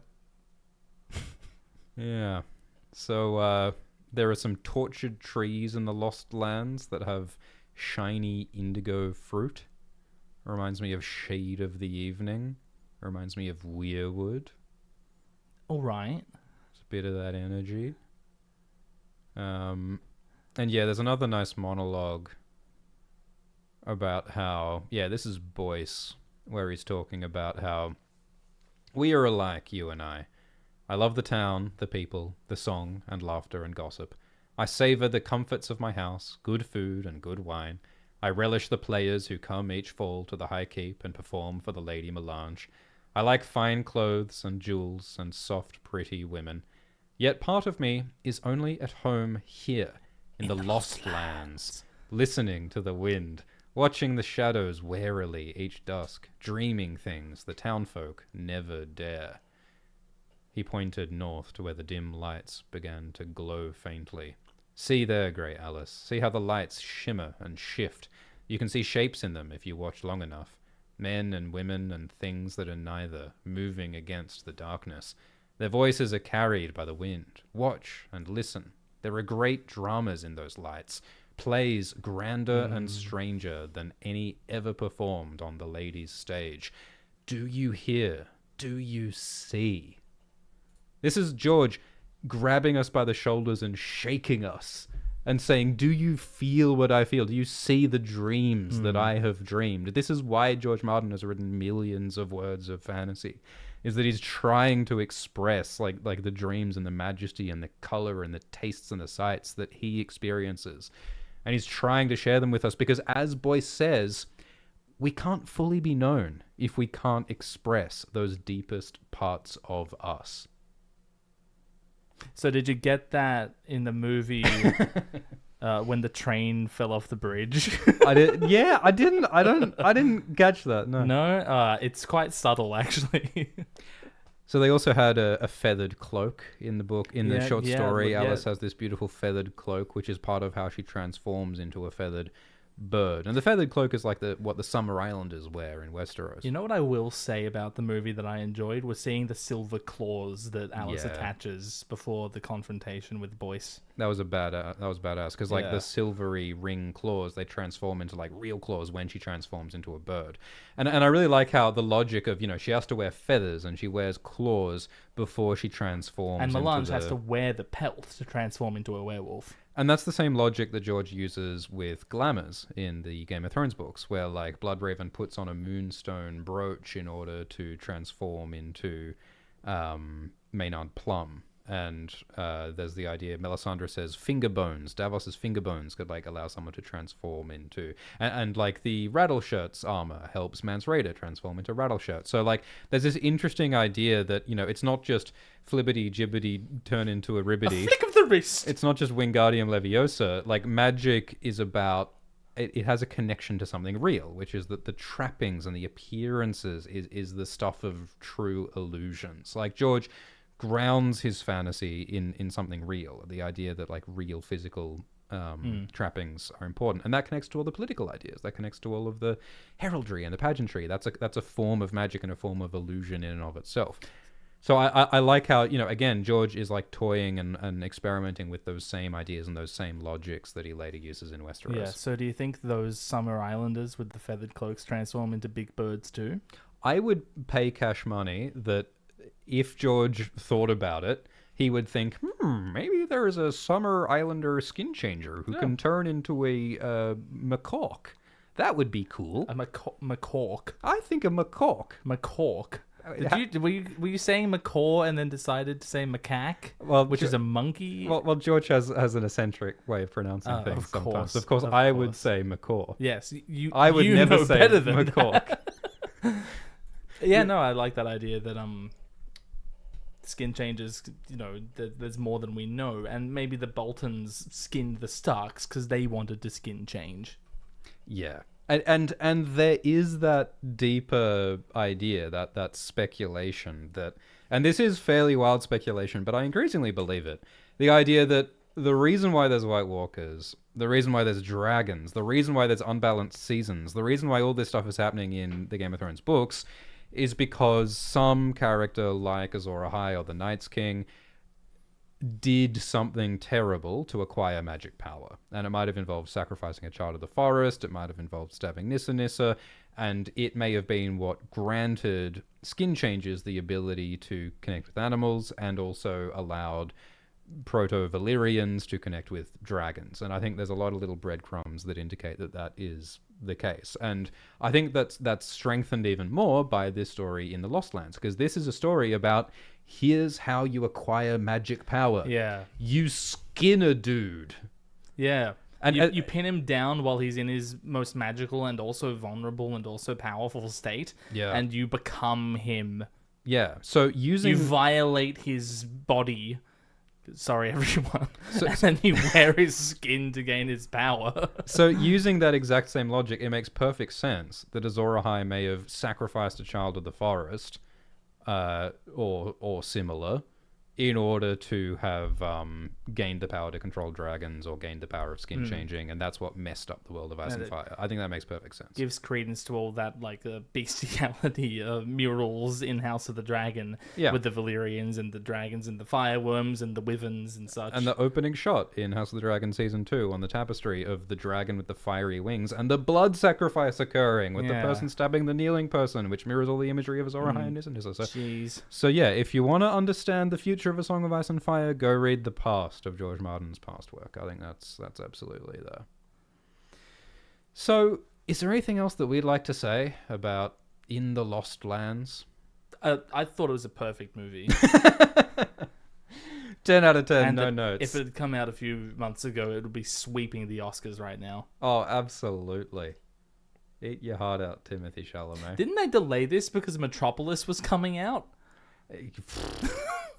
There were some delays. I wonder if it was... I wonder why it was delayed. I don't know. These things seem to exist in production hell for a while. Yeah, I think you said at one point they wrote a screenplay that was not only based on In the Lost Lands, but which was also based on another short story called Bitterblooms, And another story called The Lonely Songs of Larendor, which, I mean, I would be fascinated to read screenplay. I would love to know how you integrate all those three stories together. Because they do have a lot of thematic similarities. They all are about, like... Not narrative, though. Not narrative, but I mean, in terms of the theme and the relationships of, like, longing for connection and failing to get connection. And the idea of a sort of post-apocalyptic world, like, there are a lot of similarities between those things. But I agree, like, it's hard to imagine what kind of a plot you could devise that adapts all three of those things. But I could imagine something like that being more faithful than what we just saw, you know? But yeah, I thought this was fun to talk about. Yeah, that's what I was hoping to get out of this. Yeah, we came into this with such low expectations that I'm not annoyed. I'm not even really disappointed. It was kind of funny, but it just reminds me of how much I like George Martin's writing. Yes. Like, seeing a poor imitation reminds you of how good the original is. Sometimes you need to see something shite to remind you of what quality is, you know? Absolutely. Yeah, I was thinking that while watching it. Like, oh man, I really appreciate great movies even more. Yeah. While watching schlock. All right. Well, perhaps we should respond to some donations and super chats. This has been a very different stream for us, so I'm excited to see how the people have responded. Yeah. Well, please let us know if you enjoyed the chat and if you'd like to hear us chat about other George Martin stuff and other adaptations and what you want to see next. So we got some donations. The best way to donate is using the link, the Streamlabs link at the top of the video description. Should have said that earlier, hey. Stannis McNuff says, when will we see y'all... Don't say that word, you can't. We can't. You can't say it. We probably can't even show that word What on was screen. the question, though? It was, when will we see you on Taskmaster AU? Well, I don't know how you get on Taskmaster. I keep sending telegrams, but they haven't replied. Well, you need to stop sending them to Greg and send them to Alex instead. I've only seen a little bit of Taskmaster, but it does seem very fun. Did you hear that Noel Fielding disappeared? What? Yeah. He disappeared. Well, that does sound like the sort of thing he would do. What do you mean he disappeared? They were just about to film the second season of the made-up adventures of Dick Turpin. And then someone said, "Where's Noel?" And no one knew where Noel was. And Are you telling me that Noel Fielding is currently missing? He was for about a month. What? And then he made like an Instagram post that says, "Hello, I'm okay. I'm in Belize. I'm okay, but I don't want to talk about it. Aww. I'm not telling you why I was gone, but I'm gone. Okay. And I'll be gone for a while. Oh, that's strange. And maybe I'll be back in time for the next season of British Bake Off, or maybe I won't." Wow. I haven't actually read the Instagram. I'm repeating this third hand, but that's what I heard. Ah, the third hand. I just thought I should inform everyone. It's strange that the third hand on a clock is the second hand. Anyway, Hugo Coronado says, just reread through the preview WoW chapters and was wondering if you guys had a favorite chapter. The Forsaken not included because it wins to Checkmate. Yeah, I mean, obviously, the Forsaken is the most memorable and exciting and revelatory. The Ariane chapters are not very fun. Do you like them? I like it. What do you like about the Ariane chapters? I like the bits about like exploring a weird cave.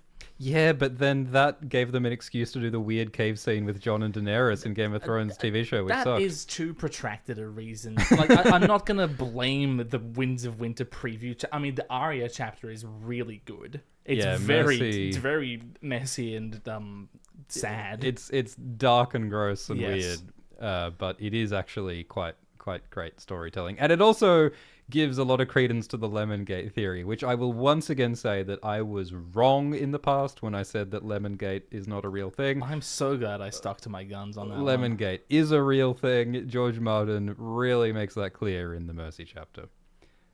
So what are the other TWOW chapters? Isn't there the Elaine one? Yeah, with Harry. The Elaine one I don't find super memorable. It does like make sense to me with like where they're going with Littlefinger and her. When I read that chapter, I was like, man, this book he's gonna need more than 2 books because like that chapter is so slow paced. Yeah. Like considering what needs to happen for the series to end. Oh, especially the 2 Ariane chapters where like Yeah, my goodness, nothing when happens. nothing It's so happens slow. and it's 2 chapters in the 6th out of 7 books. Yeah. Like if you're wondering why TWOW is taking so long, look at the sample chapters, which are like each of them set up a novel in their own right. Very slowly. I think The Winds of Winter might be 3 or 4 different books. It'll come on a pallet. Thank you, The Decadent Whale, who says, Hi, Shwani and Glypho. I know that it was recommended before, but you guys should really give Joe Abercrombie's books a try. He does all the social commentary and psychological torment of Arsewife, but the series is closer to finished. I did read The Blade itself, but I didn't continue the series, though I did like it. Thank you, Gastar, who says, Greetings from Argentina, Alti and Glimbus, the best content creators in all of YouTube. I doubt that. It is 7 a.m. here, and after a long sleep-deprived study session, it is a bless to see you here. Oh, Love you guys to death. we love you back to life. Bless you too. Thank you, Jonath, who says, My favorite buskers, Swiftikovich and Glimbussy, entertaining the masses again. I believe it's Swiftakovich. Thank you, Like the Lower Shostakovich. Decks, who says, Glimbo and Shiftless, love your work. What other delicious distractions will George hedonistically dive into in 2025 to avoid the great work? Maybe he'll live stream about In the Lost Lands.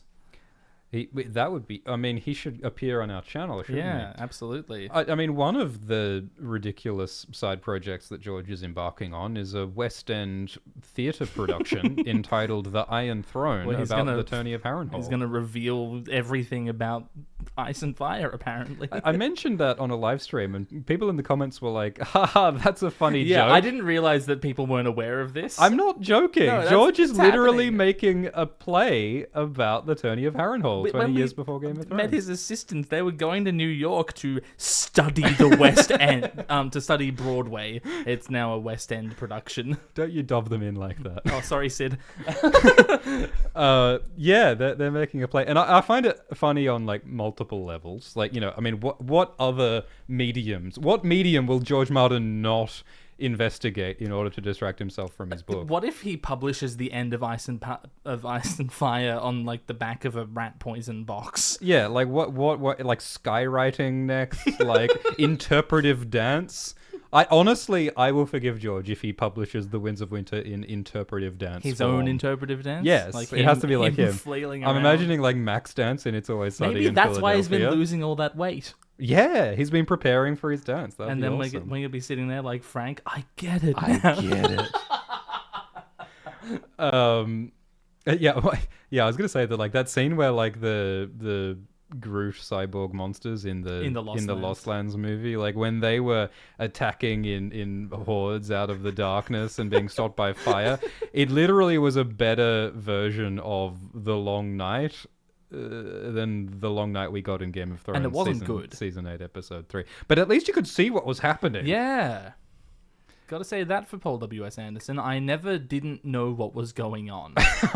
I wish he left something unexplained. Yeah. Yeah, it was shocking the extent to which that movie refused to not look down the barrel of the camera and says, "My name is Jealous Steve. My motivation is that I'm jealous of the Queen. So that's why I'm stopping the werewolf from happening." Like, they do not let you think My any name thoughts is yourself. Evil Fascist Churchman, and my motivation is to I'll Be get back to you. fascist and churchy. I'm doing a great job. Yeah, I actually really did like the iconography, the imagery of the church. I thought that was nice and fun. Yeah, I agree. Like some The of those painted like faces. the like crucifix bell towers they had were like pretty schmick, if Yeah. I do say so. It's a Mad Max ripoff, but it was pretty good. I was very disappointed by the Overlord guy though, like because He didn't say a word. He didn't say a word. Like we just sort of were led to assume that he's an evil monster, but we got like zero. That man could have been a saint. Like because there's the bit where the Queen murders him, and I think we're meant to be happy about it. Oh, I don't know. I think that's What's the name? Who's the name of the Overlord in Fury Road? He's got a great name. It's like Crumbopulous no, evil. it's Immortan Joe. Immortan Joe. Immortan Joe is incredible.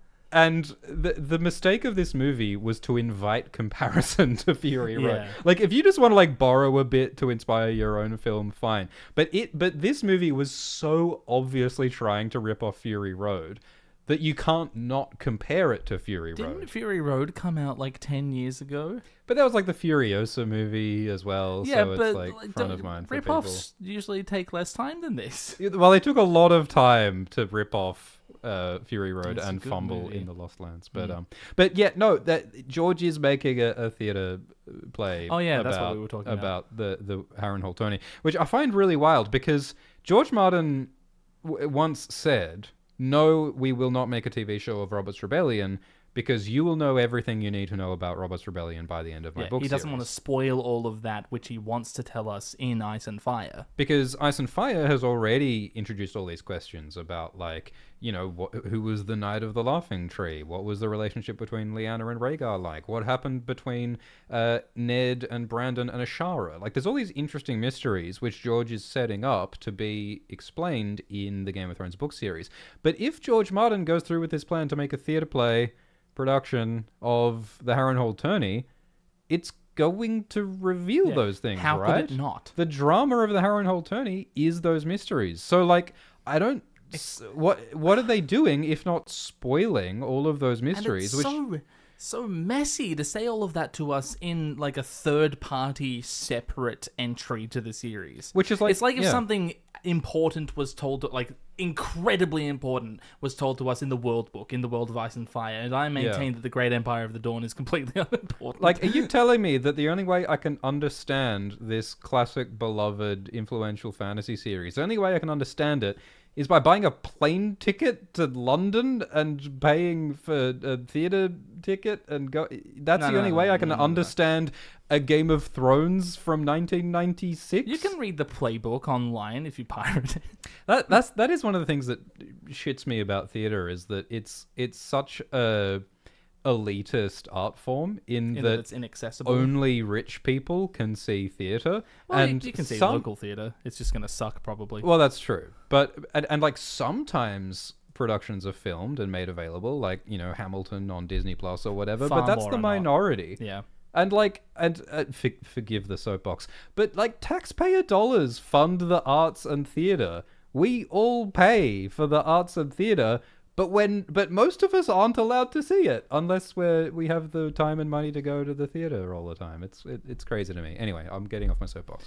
You heard it here first, folks. Alt Swift X hates theater. Yes, Alt Swift X, famous art hater, Alt Swift X.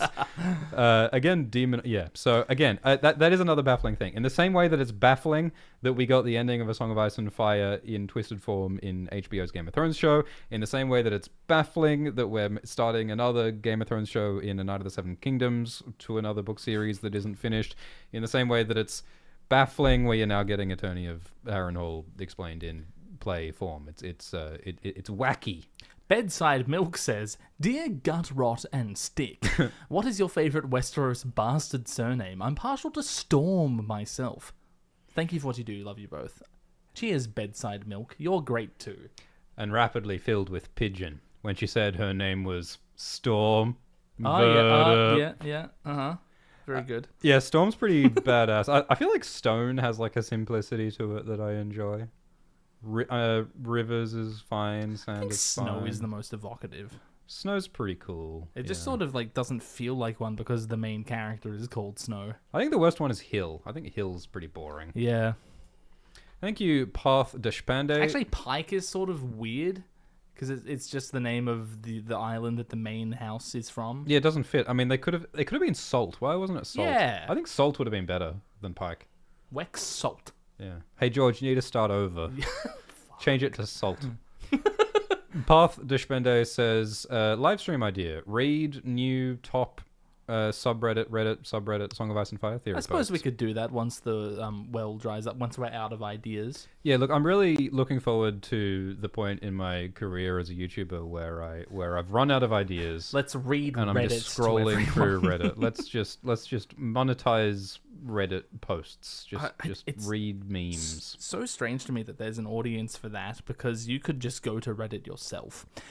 I guess the appeal is having someone else who is supposedly, more knowledgeable, providing their commentary, but Oh, yeah, I'm not gonna yuck anyone's yum. no, well, I just did, and that's what I think of it. I just had a rant about elitism, and here I am saying that kind of video is dumb.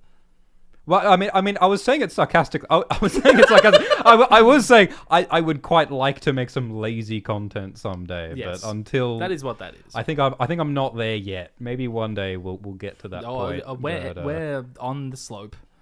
Raven says, "Greetings to my favorite Gish and Schwipper. Oh yeah. Was Lightbringer the first Valyrian steel sword? What will happen to Harrenhal? Will the curse be broken? It seems like an odd leftover from a darker time." Lightbringer, of course, being the sword that supposedly saved the world from the Long Night, long predates the Valyrian freehold. Yeah, well, I think that a lot about Valyria predates the Valyrian freehold. Yes, like dragons and the weird oily black stone. Yeah, I think there is a prehistory before the Valyrians, which That is very Valyrian. which has a lot to do with the Shai Oh no, the Great Empire of the Dawn does matter. I was wrong. and the Five Forts and Dawn. Because I mean, Dawn. I like the idea that Dawn, the Dane's sword, is the original Lightbringer. It seems even more special than all the other special swords. Because it's So, singular, yeah. it's unique, and so there's something special about it. And like, but I mean, but was it Valyrian steel? Maybe not, because supposedly it came from a meteor. One of the from meteors moon. that crushed into the planet, causing the Long Night. Yeah, so I think it's possible that Lightbringer was maybe not Valyrian steel, but was in fact this weird meteor stone. Like in thing. Avatar. Like in Avatar. What will happen to Harrenhal? I mean, that's a good question. I feel like an appropriate ending to Harrenhal is if everyone just agreed to never go there ever again. Because I mean, like, what else? Like, I mean, they could try to reconstruct it, but like the whole point is that it was a bad idea So- in the first place. It's too big. Harrenhal's cursed, I would say, because of the weirwood ring that was destroyed to build it, because of the slaves whose blood is in the mortar. I think that maybe it's a bit too far. It should be destroyed. Yeah. It should be, like, if there's to be some sort of peace between whatever force is motivating the White Walkers or the Children of the Forest and mankind, tearing down Harrenhal could very feasibly be a part of that. I agree. Because Harrenhal represents the political and magical and metaphysical rot Yep. at the heart of Westeros. And it very much is at the heart of Westeros. It's smack dab in the middle. Looming over the eye of the God's Eye. Yeah, like the last holdout of the innocent magic that predates mankind on Westeros. Yeah, I agree that it would make sense for the ruins of Harrenhal to be, like, demolished. But my question is, like, how? Like, Yeah. physically, how? Like, if a dragon can only just kind of melt it a bit, I imagine that dragons couldn't easily, like, destroy it. Like, maybe you could have, like, giants. Maybe you could have the Hammer of the Waters, like yeah, a that's big what I'm flood. thinking now that I'm thinking about it more, because what if it's not a peace agreement and it's a thing that happens in war? Yeah, I think that makes some sense. The question mark of Harrenhal is, well, dragons can't destroy it. What the hell could? Yeah. And there you go. Something even more magical than dragons. There's a lot of people speculate that Bran Stark will become king, and that, like, in the TV show, Bran rules from the Red Keep, even though they destroyed the Red Keep. Don't worry and, about like, it. yeah. Brienne closes the book of the White Book before the ink is dry. Don't worry about it. So some people say that, well, maybe in the books, Bran will rule from the God's Eye, because the weirwood trees are there, and the Order of the Green Hand are there, and I like that Makes idea. sense to me. But maybe Bran could rule from Harrenhal. And, like, I'm imagining what if, I mean, I don't know if this magic exists in Westeros. Well, maybe in a Garth Greenhand way. Maybe trees could grow. New trees, maybe green-leaved weirwoods. Aw. Maybe new green life can grow from the ruins and the ashes of Harrenhal into a new garden throne from which Aw. Bran can rule, which connects a fair bit to some of that Garth Greenhand stuff and like the throne, the wooden throne that was at Highgarden until it was burned by the Dornish, the Oaken seat. Yep. So maybe it's like the Oaken seat, and maybe it's like Bloodraven's wooden throne. Like, wouldn't it be cool if Bran could grow a new green throne for a new Westeros at Harrenhal, replacing the ruins with something better? That would be very cool, especially because like the Iron Throne is all that it represents. Yeah. It's war and conquering and blood and death And maybe power and danger. And maybe the Green Men could have the strength and the particular magic in order to grow trees and life quickly. I mean, And it that could would be beautiful because the Green Men have been there all along. Yeah, And yeah. all we need to do is just get along with them, contact and cooperate. And that's George Martin's point. Like salvation won't come from outside. It will come from within, because George has been writing the whole time about the struggle to find the goodness within amidst the darkness outside. So, yeah. And also, like, I guess it doesn't need to be, like, magically fast-growing trees. It could just be a skip forward in time. Like, the epilogue of A Song of Ice and Fire could be 6 months later, and it's Bran on his tree throne in the ruins of Harrenhal going, well, stuff's a bit weird still, but I feel like things are going in the right direction. We will dream of spring. All you I know? can do is try. Thank you, Wealth Wolf, who says, Swift, blink twice if George revealed any The Winds of Winter secrets during your intimate burrito session. Specifically, is my theory that Jon will use a gun correct? George Martin did not reveal any Winds of Winter secrets during our burrito conversation. And the joke's on you. This guy can't even blink. Yes, I lost my eyelids in a very unfortunate blender accident when I was young. Turns out they will blend. So Don't breathe this. they will blend. So I need to spray water onto my eyeballs every 20 seconds. I just go little spritz, little eye spritz. Will Jon use That's a gun? disgusting. Hey, don't body shame me. No, I'm willing to for that. Well, it was that or install a kind of artificial windscreen wiper system, Now, why which didn't you turned do out to that? be prohibitively expensive. It's all back to the money with you. So, will Jon Snow use a gun? So, in the Lost Lands, we talked about how the character of Boyce and the journey north in general is a lot like Jon Snow in certain ways, with his wolfishness and his northern journey. So And, because of this Paul W.S. Anderson movie adaptation of an old George R.R. Martin story, yes, confirmed, Jon will use a shotgun. Jon is gonna blast them with a deagle. He's gonna blast them. It's gonna be great. So anyway, I started firing. Jon doesn't go nowhere without his peace. Thank you, Burning Brightly, who says, Glidus, just seen your Quanda. L'Oreal advert when? It's Garnier. When are you going to do It's a actually not. a hair care video? Well, the Glidus? last time you asked me about this, my hair care routine was quite simple, but it's become exponentially more complex in the time since. So Has it really? Yeah. Oh, wow. Yeah. Well, I, for one, would like to learn about that. Kirklord2 says, just wanted you guys to know that Gith Yankee joke made me burst out laughing on the train. It's why I good to do know. it. It's why I do it. I want people to chortle in the public. office. I want some public chortlers. I want some sniggers. I want some chuckles in silly places. Thank you, Plawn, Plawn. who says, Hi, Schwinn City and Nacho Glibre. Wow. Would you rather be an orangutan forever or a thwomp from Mario, only on the weekends? My friend Amis wants to be both. That's both. such a fantastic question. Wait, so if you're both, does that mean you're an orangutan during the work week only and then a thwomp on the weekends? That Or sounds like it. Or are you both an orangutan and a thwomp on the weekends? I'm my intuition is that you're a thwomp only on the weekend still and orangutan all the other times. Do you remember the orangutan librarian in Discworld? Of course. He's a cool guy. Very cool. So if you're an orangutan, can you only say ook? You could probably, if you like brute forced it, you could probably force some other syllables out. Yeah. I feel like it would be an inconvenience, And however. if you were a thwomp, could you only say... It's yeah, probably. I mean, look, I feel like being a thwomp sucks because you can't move or do You can anything. go down when on a timer Yeah. and go back up. It doesn't sound like a good life, but it is only the weekend. So And I wasn't doing much on the weekends anyways.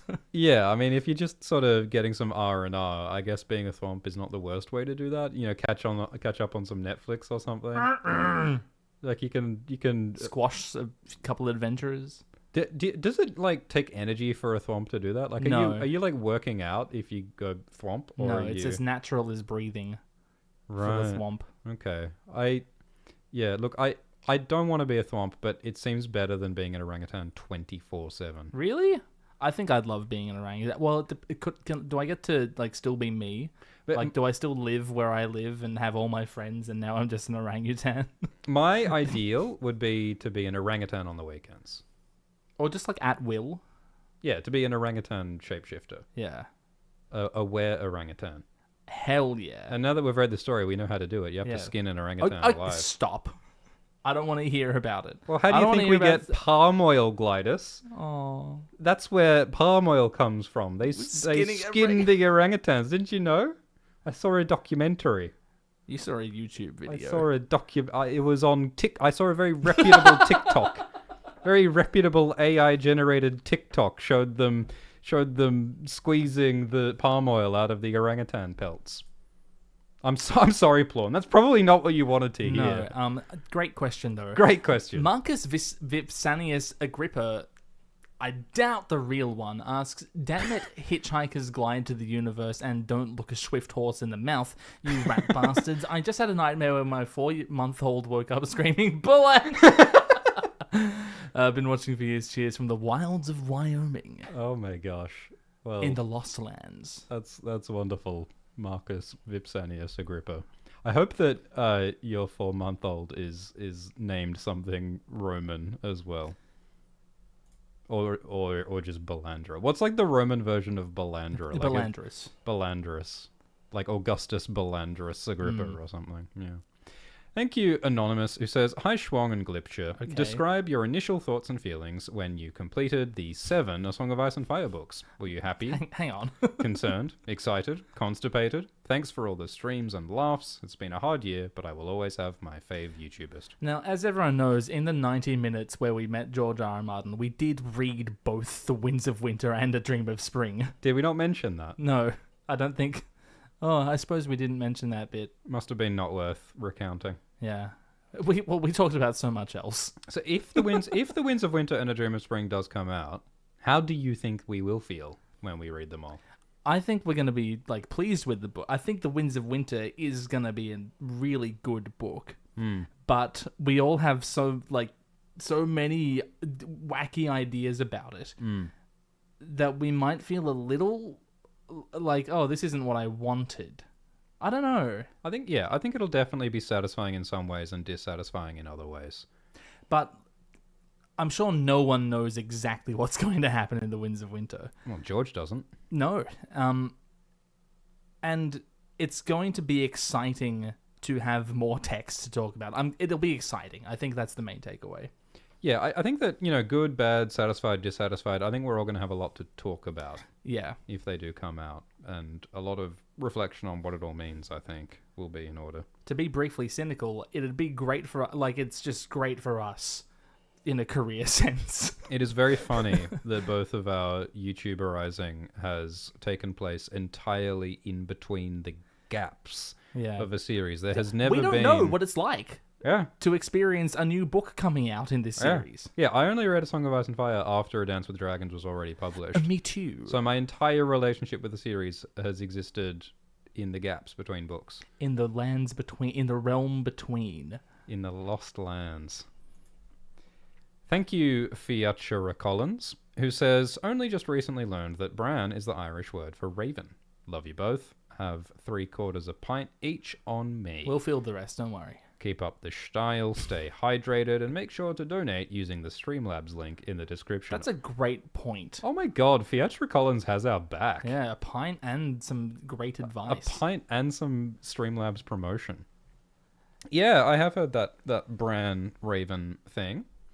Does that give credence to the idea that Bran, like, will be a new Blood Raven type person? Like, one of the weird things in the TV show is that they made out that the last Greenseer is, like, a title that is, like, passed down to Bran. The three-eyed crow. The three-eyed crow, sorry, yeah. Oh, sorry. It's the Raven in the... They say Raven in the TV show. It's a crow in the books, it's three-eyed crow, even though it's Blood Raven. It's Blood Raven. Which is all very confusing. But in the books, Blood Raven might not be the three-eyed crow. Puzzling oh stuff. My God, and what old a mess. Nan says that crows are all liars. And the Night's Watchmen are called crows by the wildlings. And the ravens are the ones that carry the messages. And taxonomically, there's no clear distinction between crows and ravens.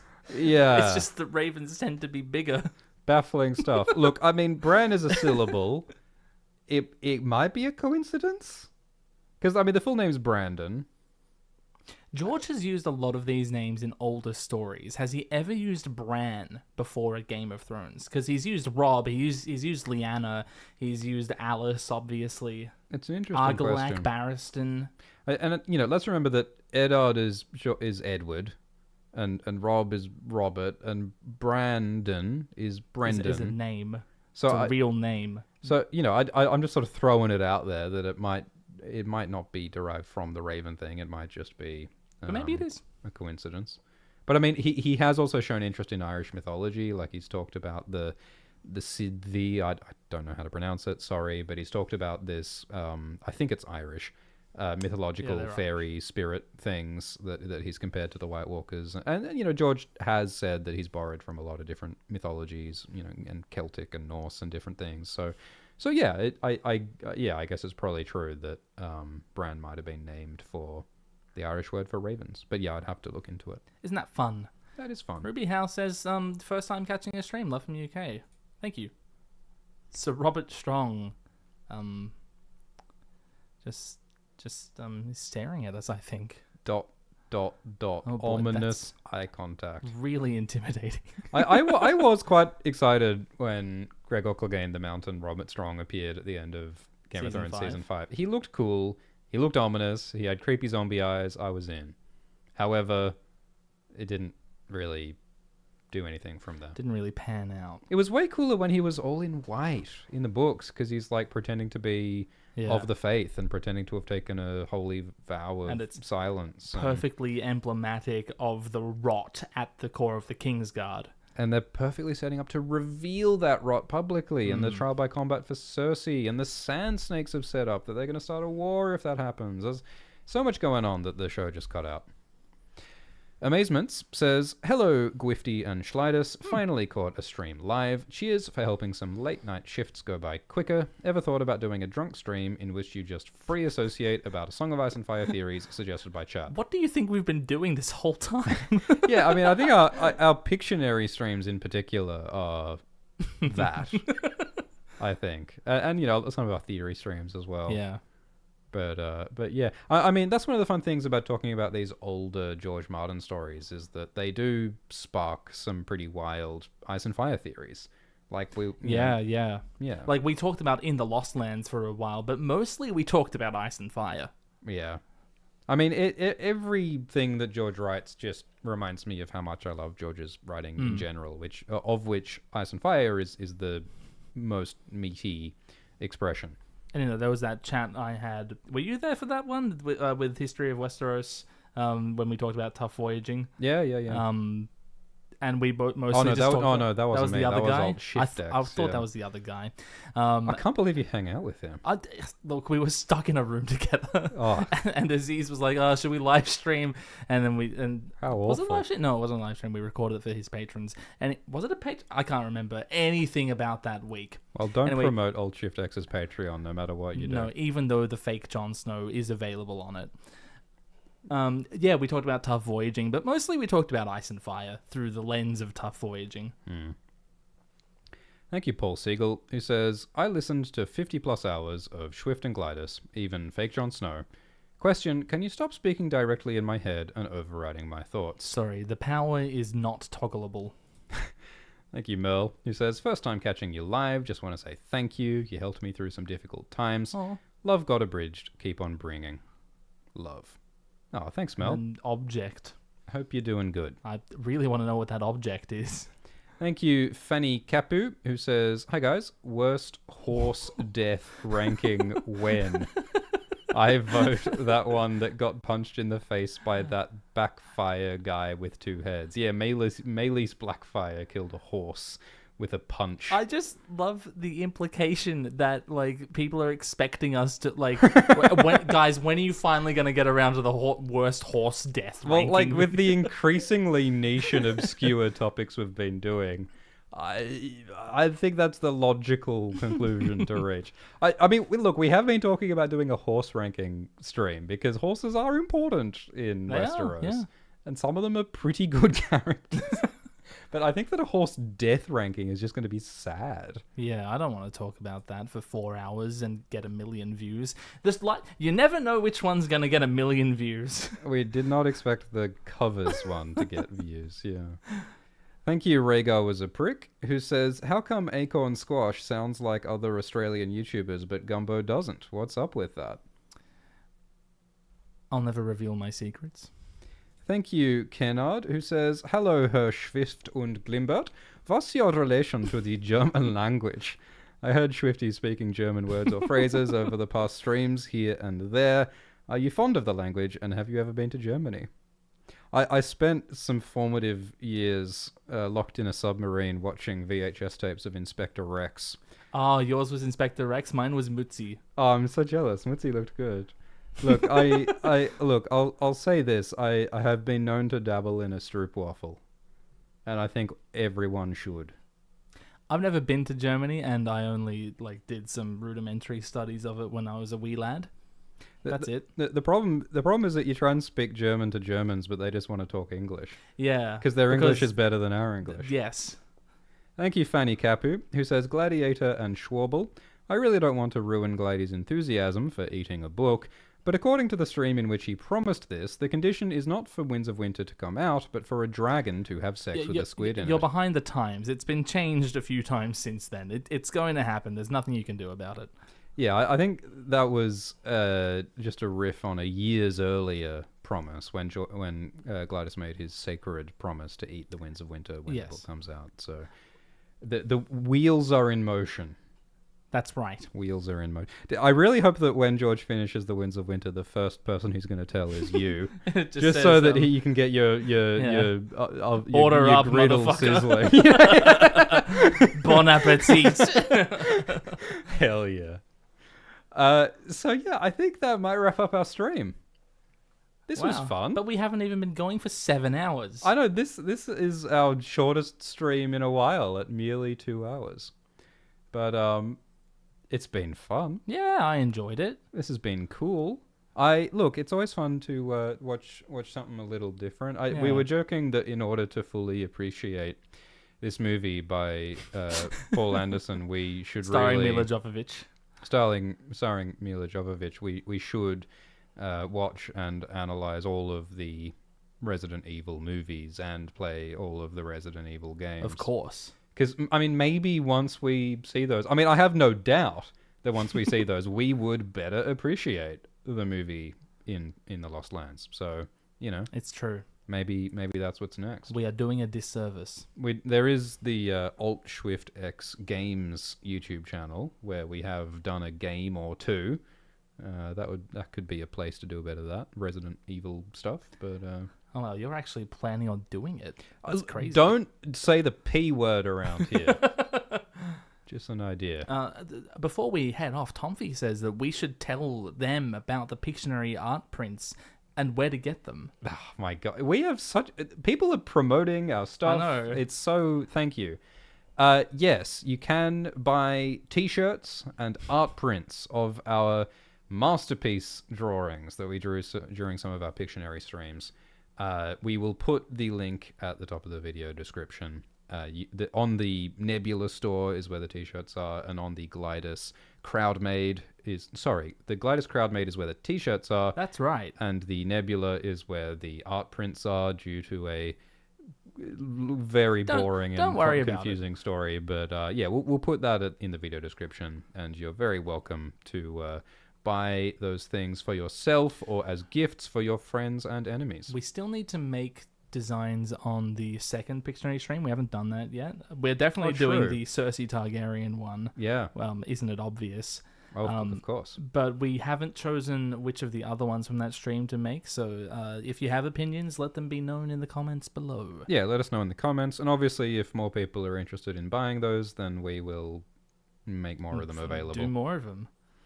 Yeah, and of course, there are dozens of hours, 50 plus hours of exclusive extra Glidus Swift Dragon talk, which is available exclusively on either the Swift or Glidus Nebula pages, or on the Glidus or Alt Shift X Patreon pages. I hacked Shift's Patreon. I snuck my stuff. It was a funny prank. I don't think everyone laughed. You had to be there. I don't think he's realized that our shitpost masterpiece is on his so carefully.